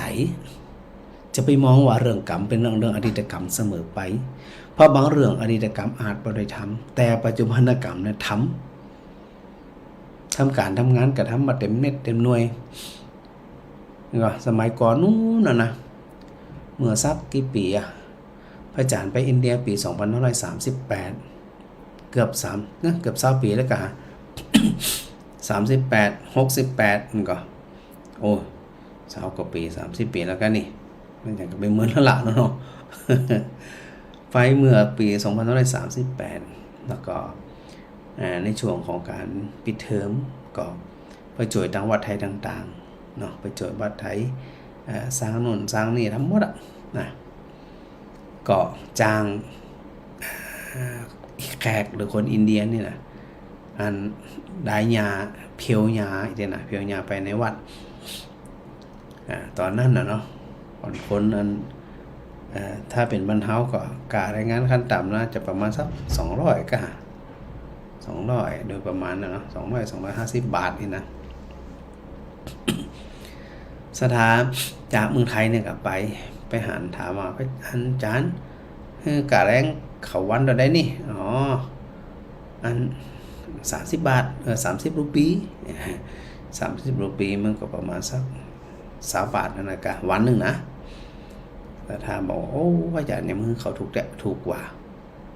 ทำงานวันขำได้20 บาท ไปจ่ายเนี่ยมือมา200ก็อันพอดีเปิดไปพักที่วัดนะก็เลยบอกเดี๋ยววันโยมคุมมันคนงานอันถางยาครับเนี่ยปรากฏว่าโยมคนที่วัดเนี่ยก็ไปนั่งเฝ้าเนาะไปเฝ้าพออันบัดแรงมาอันกลับมาบอกพระอาจารย์ที่พระอาจารย์คือไป20 บาทเนี่ยผมบอกมันยังแปลงไปนะน่าจะ10 บาทก็พอแล้วอย่างวันค่ำมันแตะยาในวาเดียวมันแตะย่างแตะยุดเดี๋ยวขอบกหักเดี๋ยวเสียงหลอน เดี๋ยวเจ็บมือเดี๋ยวกินน้ำเดี๋ยวเข้าห้องน้ำวันหนึ่งมันได้แค่วาเดียว นั่นผมจะบอกว่าอันนี้เป็นปัจจุบันกรรมมีโอกาสต้องการแผ่ประจ้างนะสถาแต่ให้นักกับบ่คุ้มเพราะว่าผลงานมันได้น้อยโดยนิสัยของคนนั้นโดยไม่ได้หมายถึงคนนี้ได้ทุกคนนะ เฉพาะคนความขี้ข้านเกิดขึ้นชอบเอาเปรียบไอตัวนี้จึงว่าเป็นกรรมแท้ที่เกิดมาอยากโจรนี่นะ การนักมาเอาเบาของบาสู้บางคนนักกะเอาเบาก็สู้แต่โอกาสบ่มีโอกาสได้ศึกษาเราเรียนบ่มีโอกาสได้ทำการทำงานบ่มีโอกาสได้เข้าไปสู่ที่ทำงานแล้วมันได้เงินดีๆอันนี้เป็นห้องว่ากรรมเหมือนกันในบ่ว่าจะเป็นอดีตกรรมหรือปัจจุบันกรรมเขาจะไปโยนเรื่องของอดีตเสมอไปซึ่งเขาบอกโอ้อาจมีจริงเพราะมันข้ามภพข้ามชาติมันหัวกี่ภพกี่ชาติแต่สิ่งสำคัญคือในเรื่องของปัจจุบันกรรมต้องดูดีๆในสถาว่าในปัจจุบันกรรมที่เขาเป็นอยู่เนี่ยเป็นแบบไหนบางคนเนี่ยไปแคร์ความรู้สึกของคนอื่นกระตุกไปตลอดชาติกันคนนั้นว่าเขาบ่ดีจะอันคนนี้ว่าเขาจะอันนี้เขาไปใส่ใจเหี้ยจะไปใส่ใจมันนักจะดีจะชั่วแต่ตัวเองหู้ตัวอยู่เสมอจะไปสร้างความเดือดร้อนให้คนอื่นจะไปสร้างความมันใส่ให้เกิดคนอื่นทำไปเถอะทำด้วยความบริสุทธิ์ใจอาจจะถูกใจบ่ถูกใจคนอื่นเนี่ยก็เป็นเรื่องปกติถ้าจะไปห้ามคนอื่นชอบห้ามคนอื่นจังมันจะห้ามได้เพราะว่านิสัยใจคอแต่ละคนกรรมที่ทำมามันต่างกันนะเพราะกรรมที่ทำมามันต่างกันสิ่งที่เขาทำมันก็จึงเป็นในเรื่องของสิ่งทั้งหลายเหล่านั้นโดยนะเพราะเขาเข้าใจที่อีแล้วถามว่าสถาจะมีเรื่องมีราวอันอย่างก็เปิดก็เขาก็มีละสบายใจละมันก็เพราะอันเขาเข้าใจที่อีแล้วเนี่ยเขาจึงบ่มีความเศร้าโศกมองใจอันอย่างเนาะสถานดังนั้นก็จะต้องอันใส่ใจด้วยนะสถานนะใส่ใจดีๆใจเย็นๆนะพิจารณาตามที่พระเจ้าตรัสในเรื่องของสัญญาโดยเฉพาะในเรื่องของอันอาทินวสัญญาที่พระอาจารย์กำลังอู้ถึงในวันนี้นะสถานเนาะอันนี้ส่งตามเมสเซนเจอร์มานะโยม4,000 ดาดแก้วนะพระอาจารย์โยมแม่ 4,000 ที่ตามฟังรายการพระอาจารย์อยู่เสมอเนอะสาธุอันนี้ได้ทักทายมาตามเมสเซนเจอร์สถานบัดเดี๋ยวนี้ท่านสมัยเนอะธรรมดานะสามารถที่ตามรายการพระอาจารย์ทาง Facebook Live แล้วก็สามารถที่จะพิมพ์ข้อความมาเก่งสถานบัดเดี๋ยวนี้นะอายุอานามนี่บ่มีความหมายละมาสนใจละนะปรับเป็นพัฒนาตัวเองไปให้มันเหมาะสมเนาะอันนี้ก็เป็นเรื่องของการที่ในเรื่องของโรคภัยไข้เจ็บที่พระพุทธเจ้าตรัสถึงในเรื่องของอาทินวสัญญานะพระอาจารย์ได้อธิบายมาเดี๋ยวสถาก็บอกโอ้พระอาจารย์คนเดียวเปิดโอกาสคนอื่นที่ผ่องกล้าเนี่ย เดี๋ยวในถ่ายตอนนี้พระอาจารย์ก็เปิดละมีโอกาสที่จะทางสถาได้ร่วมสนทนาโดยมีอย่างจะหารือกันมีอย่างจะถามสารทุกข์ดิบเนี่ยโทรศัพท์ได้ได้จ่าได้คุย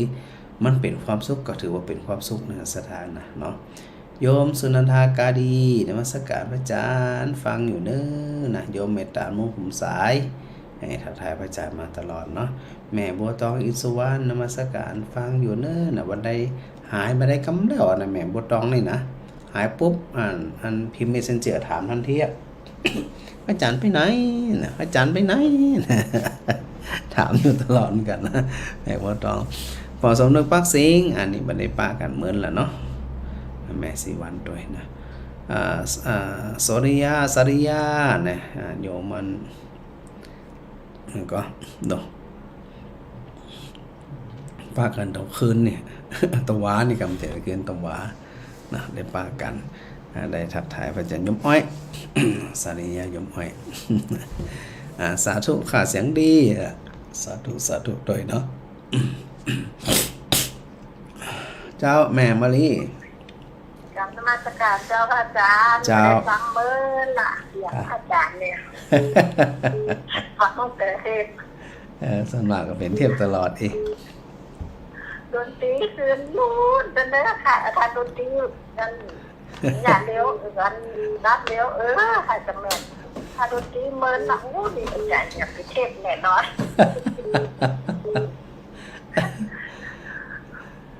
การสบายดีเหรอเจ้า สบายดีเจ้ายังแข็งแรงดีอยู่ ยังมีอย่างกับเตือยังแข็งแรงอยู่ เจ้าพระอาจารย์เดี๋ยวแม่จะถามมาอันเกี่ยวกับพระสูตรเนี่ยเจ้าอันนับเสือที่ใครได้ป่วยนะอันพระอานนท์พระอานนท์ที่เปิดเป็นเนี่ยก็ของพระสมมาพระเจ้าเจ้า เป็นอุปถากเจ้า เจ้าเป็นพระอุปถาก เจ้า เจ้าเป็นนั่นแม่ลืมไปหมดแล้ว ฟังจากพุทธเจ้าเสร็จเรียบร้อย จึงไปอธิบายให้กับพระคิริมานันทะติดป่วยอยู่เจ้า พระชีอันนั้นพระเจ้า พระคิริมานันเนี่ยเป็นป่วยเอาพระอานนท์ก็ไปกราบทูลพระพุทธเจ้าขณะนี้เนี่ยพระคิริมานันเนี่ยเป็นป่วยเนออันพระองค์จะเสด็จไปย่ำกออีเนี่ยเป็นกำลังใจประมาณเนี่ยนะพระพุทธเจ้าบัดได้ไปอาจจะติดกิจอย่างต่างๆศาสนกิจอย่างต่างๆก็เลยบอกสัญญาสิบประการเนี่ยคือกับพระอานนท์แล้วก็ถึงพระอานนท์ไปบอกไปเล่าไปอธิบายให้พระคิริมานันเนี่ยเป็นฟังเนี่ยเจ้า แล้วก็ที่พระอันพระอย่างก็ทำกันโตนที่พระอันพระสมมาพระเจ้าไปแล้วก็ไปทำทั้งที่ว่าไกลป่วยเหมือนกันในความพระอย่างก็พักอยู่อันนั้นพระอย่างก็ที่เป็นป่วยนักเนี่ยนะที่เป็นโรคแวบเนาะหายไปเลยกำเดียวน่ะพระอย่างอยู่วัดเชตวันนะเจ้าตอนนั้นนี่พระองค์ประทับอยู่เชตวันพระอย่างก็แวบเดี๋ยวหายเลยนะแม่ถามปุ๊บนี่หายเลยนี่ยกแม่ใครคือพระอาจารย์อธิบายตอนเนาะรักษาพระแวบหายไปเลยเหรอปกติตอนเฮียนบาลีนี่มันจะลืมนะเพราะมันมีตลอดเลยเจ้าแล้วยกแม่จะถามอาจารย์ว่าวันนั้นคนเปิดเคยบวชมาแล้วเปิดมันยำมันก่อของยกแม่นี่นะจ้ะแล้วเป็นว่านักอูกันเรียกคนจิตปวดใครได้ป่วยเนี่ยแล้วยกแม่กันเลยว่ามันมาข้างเขาก็ต้องโค้งนอน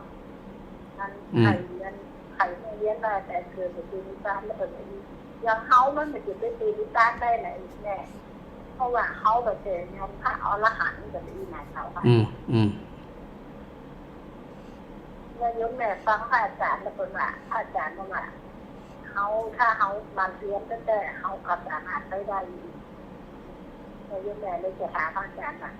อันเปิดบวชนั่นเป็น10 กว่าปีเพิ่นไว้จนว่ายังเขานี่แบบสามารถไปได้ไปไหนโพ้นมาได้ไปสู่นิพพานน่ะเจ้าพระอาจารย์โอ้ยจะได้ไปมันได้เปิ้นพระอรหันต์ทั้งหลายเปิ้นก็เป็นปุถุชนเหมือนเฮาเนี่ยเปิ้นก็ยังอาศัยความเพียรพยายามอย่างที่พระอาจารย์ได้บอกอยู่เสมอที่พระพุทธเจ้าตรัสไว้ในสติปัฏฐานสูตรอาตาปีสัมปชานสติมามีความเพียรพยายามอย่างไม่ลดละ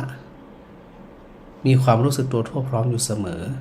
นั่นแสดงว่าบ่มีความประมาทอันยามมากระทบใจแล้วก็ทิ้งเฉยวางเฉยทิ้งเฉยวางเฉยทิ้งเฉยวางเฉยเนี่ยมันเปิ้นก็คิดอย่างเฮาคิดเนี่ยแต่ปัญหาก็คือเฮามีอัตตาปีมีความภาคเพียรพยายามอย่างต่อเนื่องและจริงจังมันก็สมละที่ว่าเฮามีโอกาสนี่นะเพราะเฮามาทำที่เฮาไปบ่ถึงนั่นน่ะเจ้าพระอาจารย์แม่นที่เฮาไปบ่ถึงเพราะเฮามาเอาแต่ถ้าเฮาเอาแต่มันจะได้ไปเช่นเอาง่ายๆอย่างเฮาจะฆ่าความโกรธเฮาจะนิพพานความโกรธพอเฮาเข้าใจมันปุ๊บพอเสร็จจากนี้แล้วเฮาบ่อีนั่งข้างคอเฮาสวดเลยให้มันนิพพานตอนนั้นคือมันดับไปเลยเขานิพพานแปลว่าดับพอมันดับแล้วถามว่าเฮาทำได้ก็คิดว่าทำได้ก็เฮาดับเรื่องนั่นเรื่องความโกรธความมันอย่างนี้แหละเจ้าพระอาจารย์ทุกสิ่งเจ้าที่อันห้องว่าเป็นเรื่องของนิพพานคือดับบางสิ่งบางอย่างก็ดับไปบางสิ่งบางอย่างก็ดับไปพอดับไปที่คำว่าดับคำว่านิพพานแปลว่าดับลงดับลงเลยเจ้าแล้วก็ยังแม่ฟังพระอาจารย์พระอาจารย์ก็ว่าเนี่ยได้แล้วก็ อันนี้ตัวคนบวมมาแล้วแบบนี้นั่นนี่แล้วเป็นที่ก็มาบ่ได้บวมนะอย่างเขาคนธรรมดาเป็นเพียงได้หมู่ที่เป็นอยู่ท่าอาหารขึ้นนะ ได้หมดอ่ะเฮาจะไปตัดอันความตั้งใจเฮาไปได้หยังเพราะว่าที่พระอาจารย์อู้น่ะก็ว่าโดยที่สุดเนาะพระอรหันต์เพิ่นก็มาจากเฮานี่น่ะมาจากปุถุชนนี่ล่ะแต่เป็นอาศัยความเพียรพยายามอย่างจริงจังไงมีอัตตปิสัมปชัญญะสติมาแท้ๆไงจะได้ทำบันไดมันนะเขาอู้ถึงขนาดที่เรื่องนี่แหละองค์ขอใจกับว่ามันก็แต่เรื่องปัญหานะมันน่าว่าจะว่าจะถ้าบันนักแน่นจะแก้นะอยู่บ่ได้แต่เจ้าอันพระพุทธเจ้าไปว่าอย่างเกิดบ่อยๆเป็นทุกข์รำไปอ่ะเจ้าเกิดมาได้กระตุกมานั่นน่ะเจ้าต่อมีความสมบูรณ์มีความพรั่งพร้อมทุกสิ่งทุกอย่างถามว่าเฮายังป่วยก็ยังป่วยอยู่เหมือนเดิมแก่เหมือนเดิมเจ็บเหมือนเดิมตายเหมือนเดิมเสียใจเหมือนเดิมลำลิลำไรลำพันเหมือนเดิมพระพุทธเจ้าจึงตรัสสรรเสริญการที่บ่ได้เกิดนะดังนั้นก็จะต้องอาศัยให้กำลังใจตัวเองตัวก็ต้องช่วยกันดูแลอย่างกันไปเนี่ยก็มีกำลังใจตัวเก่าแล้วมีพระอาจารย์เป็นกำลังใจแล้วก็ได้ฟังคำมาของพระสมณเจ้าของพระอาจารย์นี่แม่เขามาฟังตัวเก่าเนี่ยเราได้กำลังใจต่อสู้กับปัญหาเนาะแม่น่ะคือเฮาพยายามมองสิ่งต่างๆมันเป็นเรื่องปกติเฮาจะไปมองว่ามันเป็นปัญหาเป็นอุปสรรคจะไปมองหันว่ามันเป็นเรื่องตีอันนักหน่วงเฮามองมันนักหน่วงมันก็นักหน่วงเฮามองเฉยๆก็เฉยๆจะแก้ไขไปตามนั้นได้ผ่องบ่ได้ผ่องจ่างหัวมันเนี่ยผ่านไปเป็นวันๆเนี่ยเราจะพระอาจารย์เครื่องแขนนั่นน่ะเฮาผ่านไปเป็นวันๆปุถุชนก็ผ่านไปเป็นจาดไปอันนั้นก็เนี่ยเขาต้องปรับอย่าจะปรับเขาถึงจะมีโอกาสจิตของเขาเนี่ยจึงจะได้จึงจะผ่อนคลายจึงจะสบายลงไปผ่องนี่แน่อายุไหนยากถึงมากถึงน้อยใจจะผ่อนคลายอยู่ต่อไปมันกำลังลงมามันตรงวันจะถ้าอยู่ร่วมแม่อยู่ธรรมดาครับคนนี้ครับเนี่ยที่จะว่าประจำวันอย่างนี้โดยตรงนี้เสียงกันเองนะมันเองจะไม่เนี่ยเขาก็ไม่ได้เจ้าพระจันทร์แม่ละแต่เสียงข้างนอกมันจะเข้ามากับโอบเอาเลยมันต้องมีมันต้องอันนี้เป็นห้องเป็นโลกกระทำอย่างโลกกระทำก็คือมันมีสิ่งประจำคนอยู่ในโลกอยู่แล้วเขาเกิดมาก็อยู่ในโลกเขาจะไปปลอดจากสิ่งทางเรานี่ได้จะได้อะมันปลอดมาได้คือมีโอกาสปะกับพบสิ่งทั้งหลายเราเนี่ยนะแม่เนาะกักเรื่องอยากให้เพื่ออาจารย์เอามาเพราะว่าเรียนพระอันสนะพระเจ้าบอกอันพระโน้นย้อนพระสนะพระเจ้าไปอยู่แป้นหนึ่งที่อยู่แป้นนี้ละมันบาอยู่บ่มหวานคนแต่อันนี้ท้าว่าเห็นแบบจะโอ้ยอันนั้นซ้ำเรื่องยาวเรื่องของนางมาคัญญานางมาสามาวดีอันนี้ถ้ายกอย่างนี้แล้วเพราะว่ายกแม่ติดต่อก็ได้เสียเจ้าผู้น้อแฮมสาวปีผู้น้อจะจบอ่ะจบสักเสือแฮมสาวปีมันอ่ะอันปากคนที่ถึงย้ายใครย้ายสีเจนเนอร์มาไปคุ้มนั่นน่ะเจ้าพระอาจารย์กับได้ปะเหมือนละสองคนนี่นะมาได้ทางกันเหมือนละเดี๋ยวเจ้าอะไรก็สาธุเทรนเนอร์เจ้าฮะแม่สุนันทาน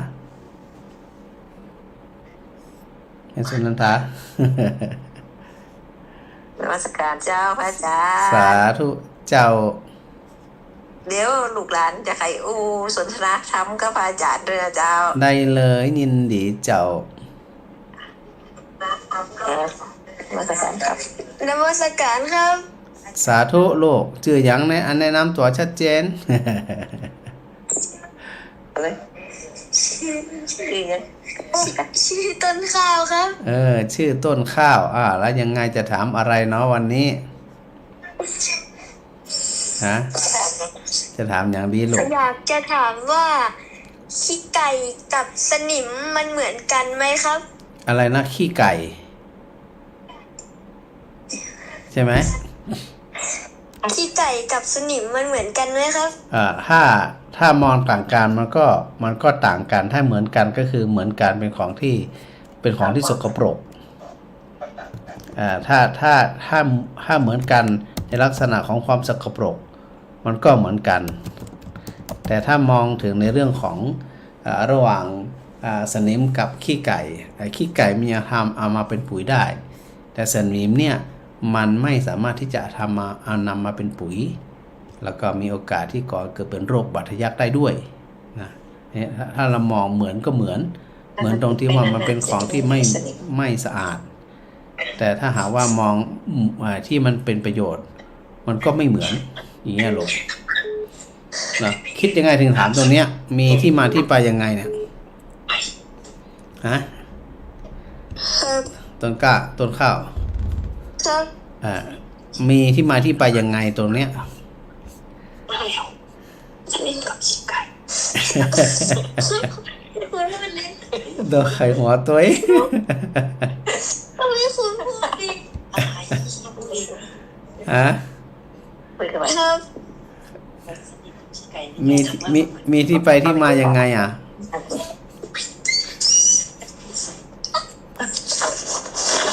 ฮะ แม่นี่เขาหน้ามันเป็นกันก็ เจ้า เห็น เร็ว สนิมกับขี้ไก่ในแง่ธรรมะมันเหมือนกันไหมครับ อย่างที่ว่าเนี่ยถ้ายิ่งในแง่ธรรมะเนี่ยนะมันก็สภาพเขาเรียกว่าโดยสภาพทั่วไปมันก็เหมือนกันตรงที่ว่ามันเกิดแล้วมันดับไปในที่สุดถ้าเรามองถึงความไม่จีรังยั่งยืนนะมันก็เหมือนกันหมดถ้าเรามองถึงในเรื่องของธรรม นานๆมันจะเป็นยังไง ฮะ ถ้าสนิมมันติดนานๆมันจะเป็นยังไงเหรอครับ ถ้าสนิมติดน้ำก็ถ้าติดอะไรติดเหล็กมันก็กัดก่อนเหล็กถ้าขี้ไก่คือเหม็น ถ้าขี้ไก่มาติดแล้วก็เหม็นแต่ถ้าเป็นสนิมติดเหล็กก็ทำให้เหล็กนั้นมันผุกร่อนแล้วก็หาความเป็นเหล็กไม่ได้อย่างเงี้ยลูก ครับ นั่นแหละ แสดงว่าไปเอาข้อมูลที่ไหนมาถามเนี่ย ถามละได้ข้อมูลที่ไหนมาถามละตอนนั้นที่คุณมา ตอนนั้นพี่ได้ยินเป็นขี้ไก่ตอนนั้นแล้วผมได้ยินเป็นสนิม ทำไมได้ยินไม่เหมือนกันอ่ะ ผมเพิ่งมาวันตอนนั้นที่คุณมาก่อน ตอนนั้นพี่มาฟังก่อนแล้วผมมาฟังทีหลังครับ อ๋อเหรอทีหลังต้องฟังเหมือนกันนะมันจะได้ คำตอบเหมือนกัน นะโอเคสาธุลูกสาธุ ครับ สาธุครับ สาธุลูกสาธุต้นข้าว สิเคยมานะก้าสถานหนองบัวแดงยายพร ราชการเจ้าแม่สันกำแพงคนของสันกำแพง ได้ยินชัดดีกว่า ใช่แล้ว ชัดแล้วอี เราอยากได้เงินเสียนะ เหมือนกี่ปี ฮะ เหมือนกี่ปีเกี่ยวกับเหมือนกี่ปี โอ้ได้จะเป็นเดือนก็แล้วนะ เดือน2 เดือนนี่ ตอนย้ายๆลูกแบบนี้มีก็เชื่ออย่าง เจ้าวันนี้นะอาจารย์วิศวัตเปิดนั้นลิงก์สัญญาณหึ่งอย่าก็เลยเชื่อม เอา ไป ไว้ไม่ได้กู้กันไปทำเกินนะเนี่ย เจ้าห้อนเต็มที่กันนะพุ่น ถ้าได้ยินเสียงออกแล้วไม่ได้โทรมาเลย นั่นน่ะห้อนเต็มที่กันทั้งสังกำแพงเปิดพัดลมปุ๊บพับนี่ฮะ โอ้ช่างเลย มันอาจจะอันต้องพัดลมไหม พัดลมกับเปิดพัดลมดึงบ้างๆอย่างว่า นั่นน่ะถึงว่านั่นนะเสียงพัดลมมัน น้ เป่า องบ้านหลานได้ประจานได้ เจ้าชัดเจนนี่เนาะแม่เนาะแม่อันพรเนาะ จ้า เจ้าสาธุนะแม่เนอ ประจำวันวันอ่อนกัน ฮะ บวชผ่านในเดือน อ๋อเจ้าเดี๋ยวเมษานี่ก็เริ่มงานกันละเจ้าผักดูร้อนเนาะ มันจะได้คู่เขาตั้งหา เจ้ามันตึ๊ดๆตัดๆก่อนเสียงพัดลมนะกะ เห็นร้านแบบนี้อ่ะ เจ้า โอเคนะแม่ สาธุเสียงตึกๆตัดๆสงสัยพัดลมให้แม่น้อยสถาตาโถแม่น้อยกระจายเฮ้ยจะได้เหรอเจ้า เจ้า ได้ยินละ ฟังเยอะนะ เจ้าเปิดอยู่ตัวเสียงไม่ใส่ท่ ที่ อ เหมือนเดิมต้องปิดวิทยุก่อนเสียงจะได้บรรสะท้อนไหมโอเค ชัดละไม่น้อยโหไม่น้อยนั่น ไว้ดูดักแซบ แม่เรือนสันต่อ สวยจ้าพระอาจารย์เจ้าแม่ฟังเยอะเลยโอ้หายไป70,000น่ะ หายไปหายสถาหายก็ตุเจ้าหาย หา ไผหาย หายไปไหนอ่ะ ไผไผหายตุเจ้าหายก็สถาหาย ที่เจ้านั่นก็หายอ่ะ สถาหาย อาจารย์ได้ยินอาจารย์เลย สถาหายก็ ได้ฟังทุกวันน่ะทุกคำทุกเจ้าอ่ะ เจ้าฟังแล้วสุขใจดีนะแม่เนาะ เสียงอาจารย์เลย เจ้าเพราะว่ามันจะได้ยินก็ต่อเมื่อตั้งงานคลื่นไฟหินเปิ่นลิงสัญญาณนะแม่ จ้าจ้าจ้า แสดงว่าวันนี้เป็นลิงสัญญาณนะแม่เนาะ จ้า เจ้าสาธุ ให้ เน กำลังใจ อะ พระอาจารย์เนอะ สาธุแม่สาธุ จ้า เจ้า จ้าจ้า สา ไว้ ธุ จ้า เจ้า เจ้า สาธุเจ้า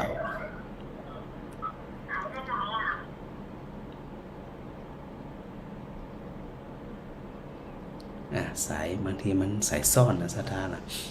สถาน้ำมันกดน้ำมันเต็กเบอร์นะก่อนนั้นมาใส่ซ่อนปาละสัตว์อันที่ตุเจ้าที่เป็นป่วยอันแม่มานีถามตะกี้ก็คือพระปูติคัตตติสะเถระนะบนห่อเป็นโรคแผลเปื่อยผุพองตามเนื้อตามตัวบ่มีไผดูแลรักษาเม้นนะเพราะร่างกายผุพองขึ้นมานี่นะพระเจ้าก็ได้เสด็จไปกับพระอานนท์เนี่ยนะก็ปากันไปเจ็ดนะไปเจ็ดไปทำความสะอาดแจน้ำอุ่นซับอย่างต่างๆเนี่ยเจ้าก็คือปูติคัตตติสะเจ้า ไว้สาเจ้านั่นก็มา สถาเจ้าสถาเวียงป่าเป่าเจ้า อ๋อเทพกับตัวจริงนี่ ตัวแต้วันนี้นะ ฮะ ตัวแต้ โอ้หมออาจารย์รายการเมินแล้วเนี่ยมาได้ยินออกอากาศเมินแล้วเนี่ย ตึงหวันแต่ว่าเปิ่นบ่ได้เชื่อมสัญญาณบ่ได้ เจ้า จัดตึงหวัน ฟังอยู่เด้อ สถาเวียงป่าเป่าก็ฟังกันหลายเจ้าญี่ปุ่นนะ เจ้าเรื่องเป้านั่นเนาะแม่สมศรีเนี่ย เจ้าแม่สมศรีเวียงป่าเป่า ไปหันตัวจริงพระอาจารย์น่ะ กะบ่ได้หันเดียกะ ไปหันทุกเตือ โอ้ต้องตั้งนะโม3จบอิติปิโส108ได้หันนะอ๋อ ติดปฏิทินบ่มีพอหาแล้วปฏิทินสุดโดยนั่นก็บ่หันเนี่ย ไปมีหยังพระอาจารย์บวชมาเมินมีฤทธิ์มีเดชคนให้มันริมจิหันซะแม่ในปฏิทินนี่นะ มันบ่ได้เอาไปใส่ไปมีจะหือ เจ้าดีละ กำลังใจพระอาจารย์เนอะ เจ้าสาธุแม่สมศรี เจ้า สาธุสาธุ ไปสาเจ้า สาธุสถาเวียงปรับเป่า ฮะแม่น้อยมันจะได้ตะกี้รักแซ่บอ่ะแม่น้อย โทรศัพท์บอกให้ดีนะเจ้า โทรศัพท์ดีกว่าแม่เปิดวิทยุแม่เปิดวิทยุโดยอ่ะแม่ต้องปิดวิทยุก่อน ปิดอะไรยังไม่ เหมื รู้ อนเดิมอ่ะ ฮะ อยู่เหมือนเดิมแหละ แม่ต้องปิดวิทยุ ปิดแล้วเจ้า ฮะมันยังดัง โทรศัพท์บอกให้ดีเจ้า นั่น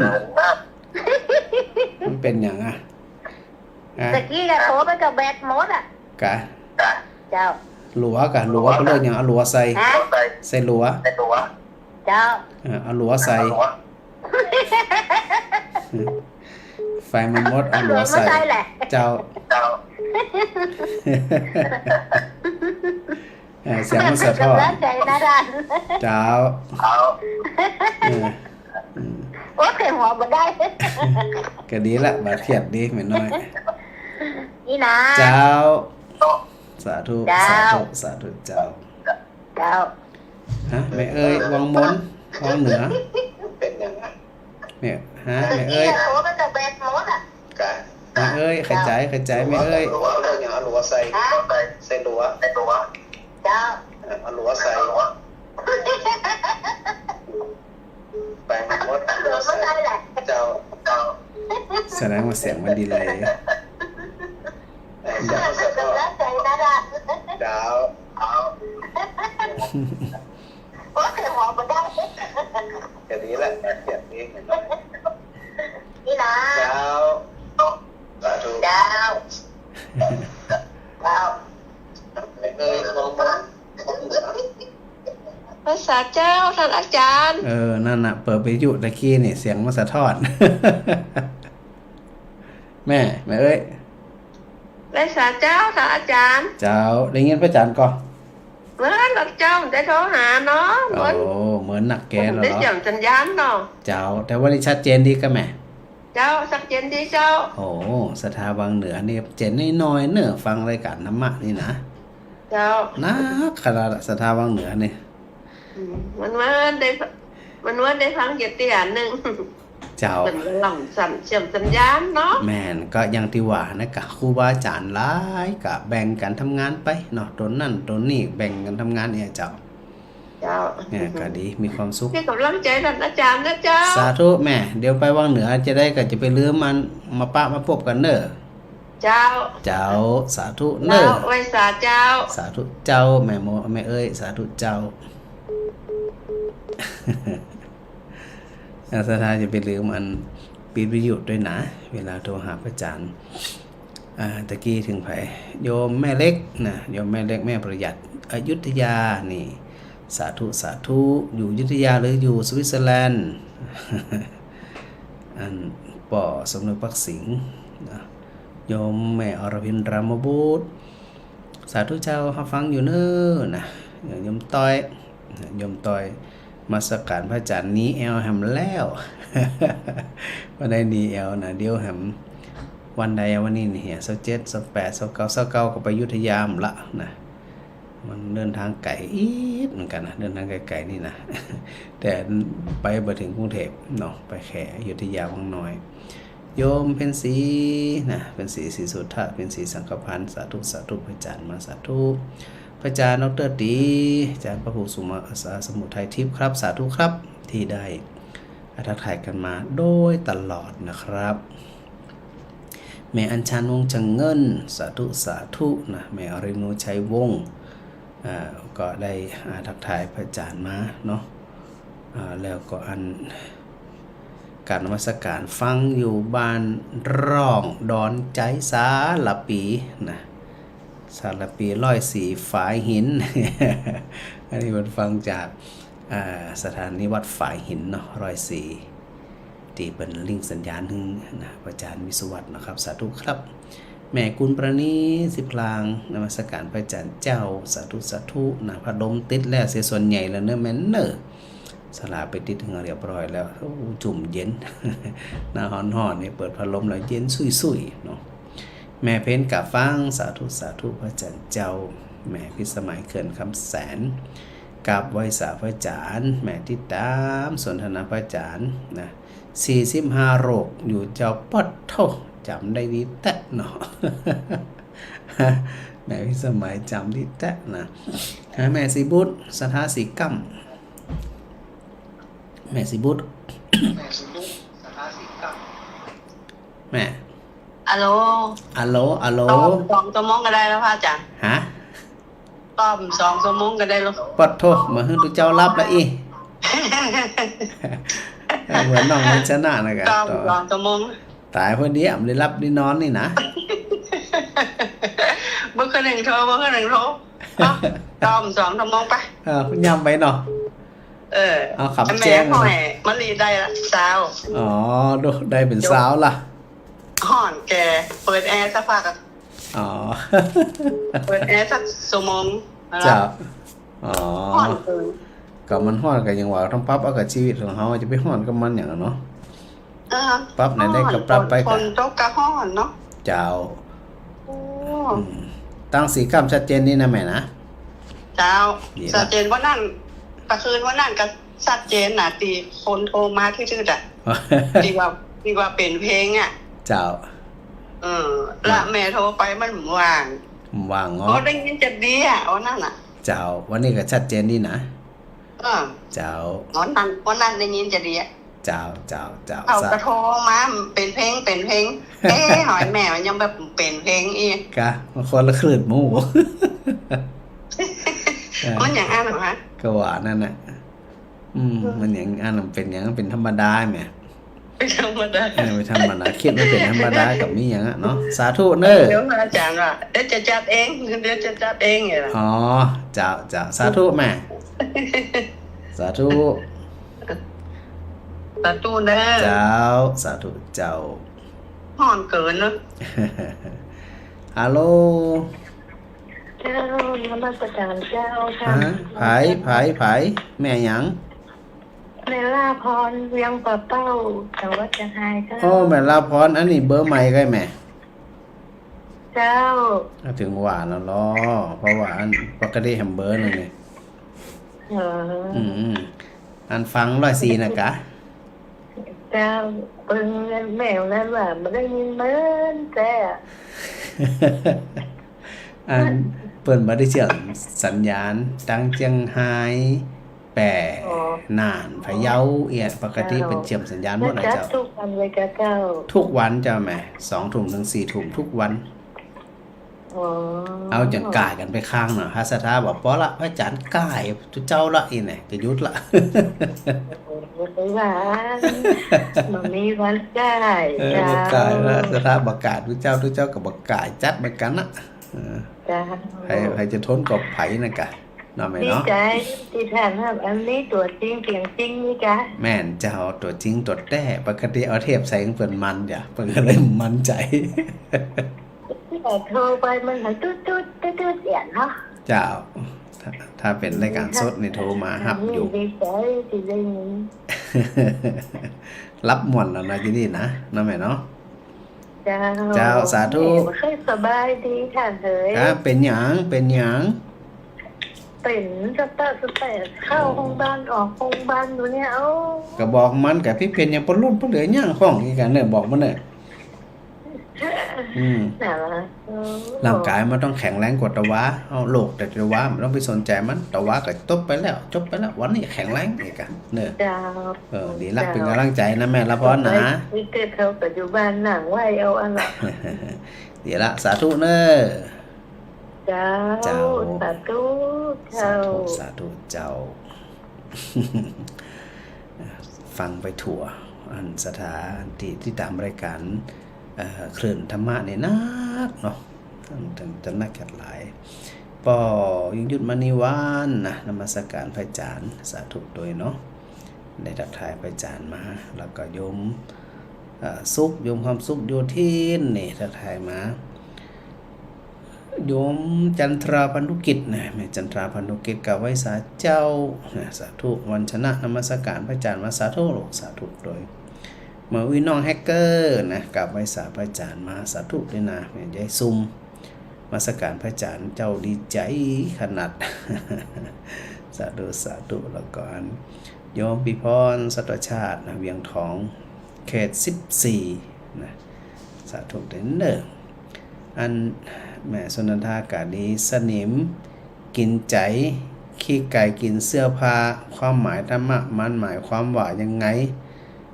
หลานอยากถามหลานจิตทนโอเค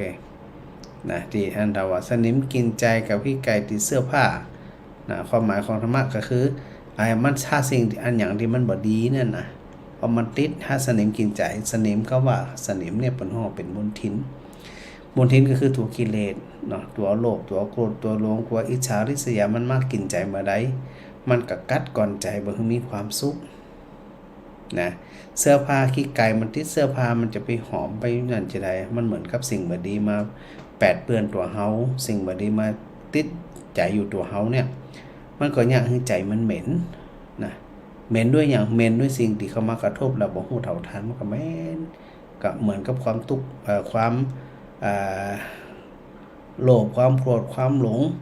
ความอิจฉาริษยาความเสียใจความน้อยใจบ่พอใจอย่างโมเนี่ยนะเพิ่นฮ้องว่าลักษณะของขี้ไก่กับสนิมจะมีลักษณะเหมือนกันแบบนี้แสดงว่าฟังที่อื่นมาเหมือนกันนั่นนี่นะ สองด้านนี้เนาะโยมสมส่วนสาธุได้เนอนมัสการพระอาจารย์มาสาธุสาธุโยมสมส่วนโมทนาสาธุด้วยอันนี้ก็สถาที่ทักทายพระอาจารย์มาตังFacebook Live เนาะก็สาธุด้วยได้ทักทายพระอาจารย์มาตัง Messenger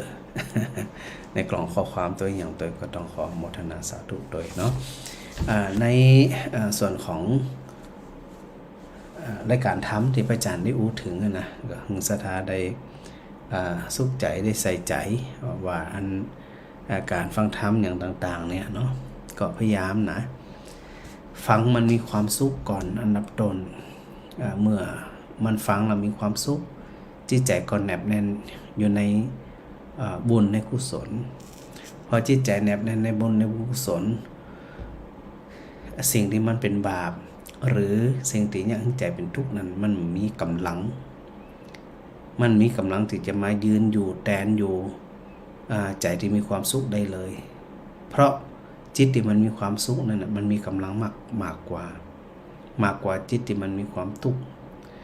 มันอยู่ที่เฮาละศรัทธาว่าเฮาจะทำสิ่งใดให้มันเกิดขึ้นกับใจตัวเฮาเนี่ยจิตใดที่มันมีพลังศรัทธาจะเอาตัวใดมาเป็นพลังดีล่ะซึ่ง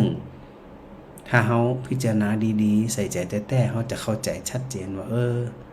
มันมีหยังชีวิตมนุษย์มันมีหยัง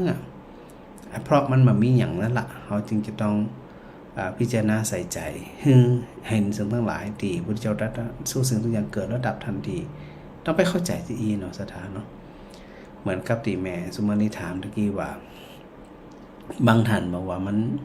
เฮาเนี่ยบ่ได้หรอกนะความเป็นอรหันต์หรือว่าการเดินทางไปสู่พระนิพพานนั้นเนี่ยเขาจะไปบนห้องว่าจะไปดูแคลนใจตัวเองจะไปดูแคลนจิตตัวเองว่าเนี่ยบันไดถ้าคิดว่าเนี่ยบันไดมันกับมันมาลงมือเนี่ยอันนั้นน่ะคือเนี่ยบันไดแต่เพราะ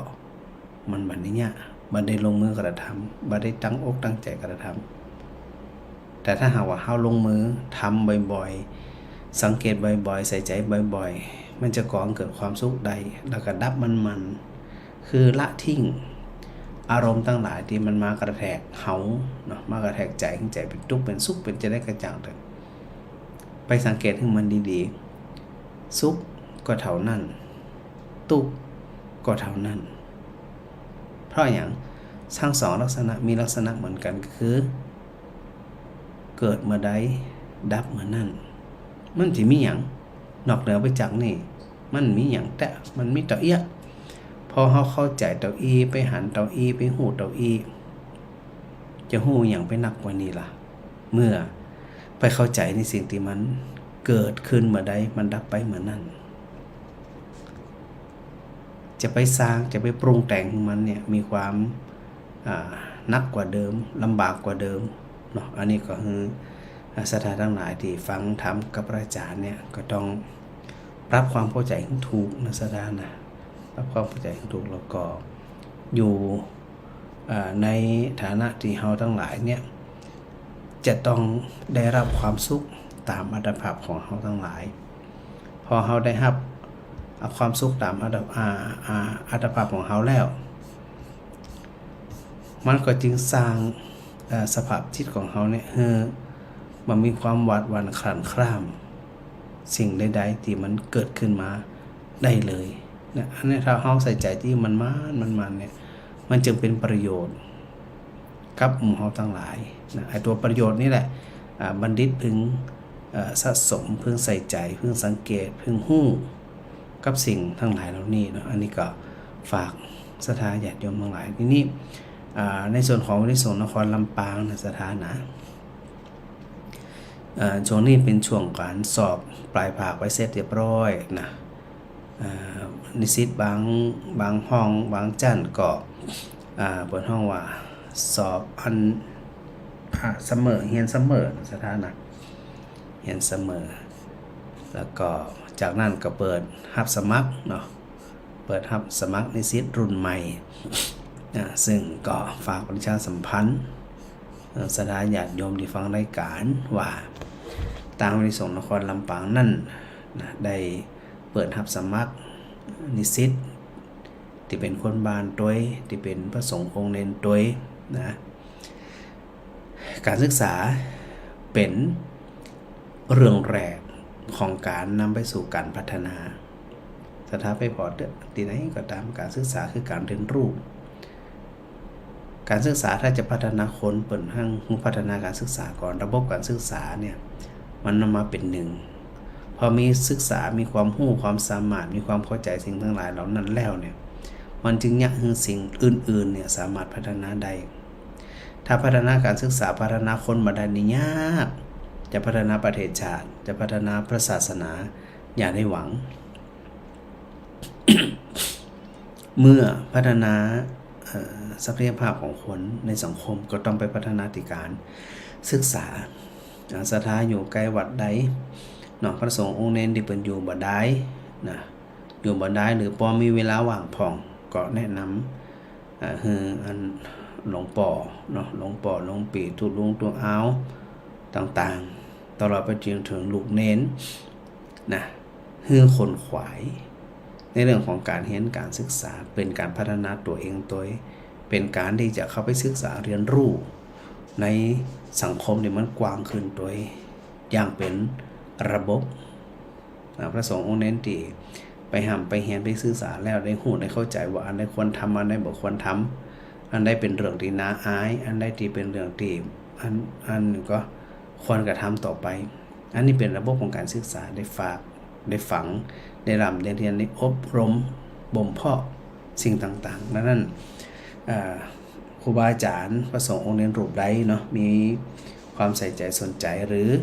ศรัทธาญาติโยมอยู่ใกล้วัดใดก็จะไปลืมลองถามตัวลุงตัวปีตัวอ้าวว่าเหมือนอันก็มีความสนใจในการไปศึกษาเราเรียนจะได้ก็นะก็ไปถามเนาะเป็นการพัฒนาบุคลากรทางพระศาสนาศาสนทายาทนะมีความโดดเด่นมีความรู้ความสามารถมีศักยภาพในหลายๆด้านนี่ในสถานะก็อันนี้ก็ลองไปถามไปนั่นเป็นพอเนาะหรือนะลูกหลานเจ้าบ้านนะจริงๆในวิสุทธินครลำปางสามารถเปิดรับสมัครตั้งแต่18ถึง80นะสถานะบ่จำกัดวัยบ่จำกัดอายุบ่จำกัดอาชีพจบไหนก็ได้โดยมีหลักสูตรหลักๆอยู่3หลักสูตรนะหลักสูตรแรกคนห้องว่าหลักสูตรประกาศนียบัตรนะที่มีคนเขามาเรียนหลักๆก็คือในส่วนของปบส.อันนี้ทุเจ้าพระสงฆ์องค์เน้นไปเรียนประกาศนียบัตรบริหารกิจการคณะสงฆ์เนาะพระสงฆ์องค์เน้นหลวงปู่หลวงป่อเพิ่นอยากจะเรียนปริญญาตรีแต่ว่าเรียนบ่ได้เนื่องจากว่าเพิ่นบ่ได้จบม.6 นี่นะจะจบป.2 ป.4 ป.หยังก็จังเด้อพระสงฆ์องค์เน้นนี่นะไปเรียนปวส1ปีต่อไปสามารถที่จะไปเรียนปริญญาตรีสาขาวิชาพระพุทธศาสนาได้นะ หรือหมู่ผู้นำหมู่อสมหมู่อพมหรือไปกระจ่างเด้อนะที่จะเป็นผู้นำก็จะต้องไปเรียนรู้ในระบบการศึกษาสูงขึ้นหลายคนก็บอกว่าโอ้อันบัดนี้จบม.6 กับบัดนี้เรียนป.ตรีก็ไปเรียนหลักสูตรปบทประกาศนียบัตรบริหารท้องถิ่นพี่เรียน1 ปีเหมือนกันพอจบ1 ปีต่อไปก็เรียนปริญญาตรีในสาขาวิชารัฐศาสตร์ได้เลยนะเปิดโอกาสขนาดนี้นะสถานะอันนี้เป็นระดับแรกระดับที่2บนห้องระดับปริญญาตรี ก็2สาขาเหมือนกันสาขาวิชาพระพุทธศาสนาแล้วก็สาขาวิชารัฐศาสตร์นะก็สามารถจะไปเรียนรู้ได้เนาะเรียนวันเสาร์วันอาทิตย์สำหรับสถาจบาลนะพระสงฆ์องค์นี้ก็เรียนวันอังคารกับวันพุธ2วันเนาะก็ไปเรียนได้ในภายในจบม.6 จบปวสมาก็ไปเรียนโดยมีหลักสูตรจบม.6 ไปก็เรียน3 ปีเนาะมีเสมอ2เสมอถ้าจบปวสมาก็เรียนแค่2 ปีครึ่งเนาะสถานะนั่นนี่ระดับปริญญาตรีแล้วก็ยังมีระดับสูงขึ้นไปแหมก็คือระดับปริญญาโทสาขาวิชาพระพุทธศาสนากับสาขาวิชารัฐศาสตร์นะก็มีคนไปใส่ใจสนใจเรียนพัฒนาวุฒิการศึกษาของเราเองเนี่ยนักอาจารย์ปานสาขาวิชารัฐศาสตร์อาจารย์ดูแลอยู่อาจารย์เป็นผู้อำนวยการหลักสูตรอยู่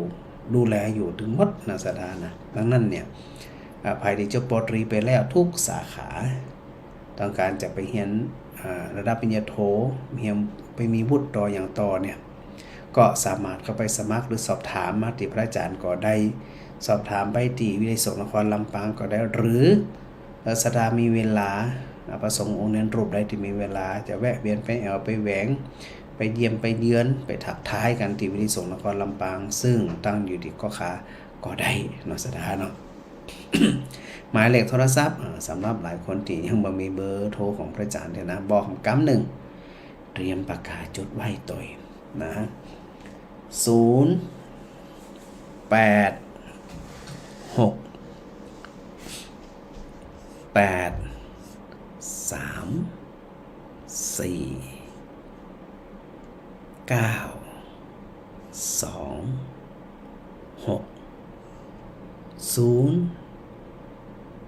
ทำกำเนิด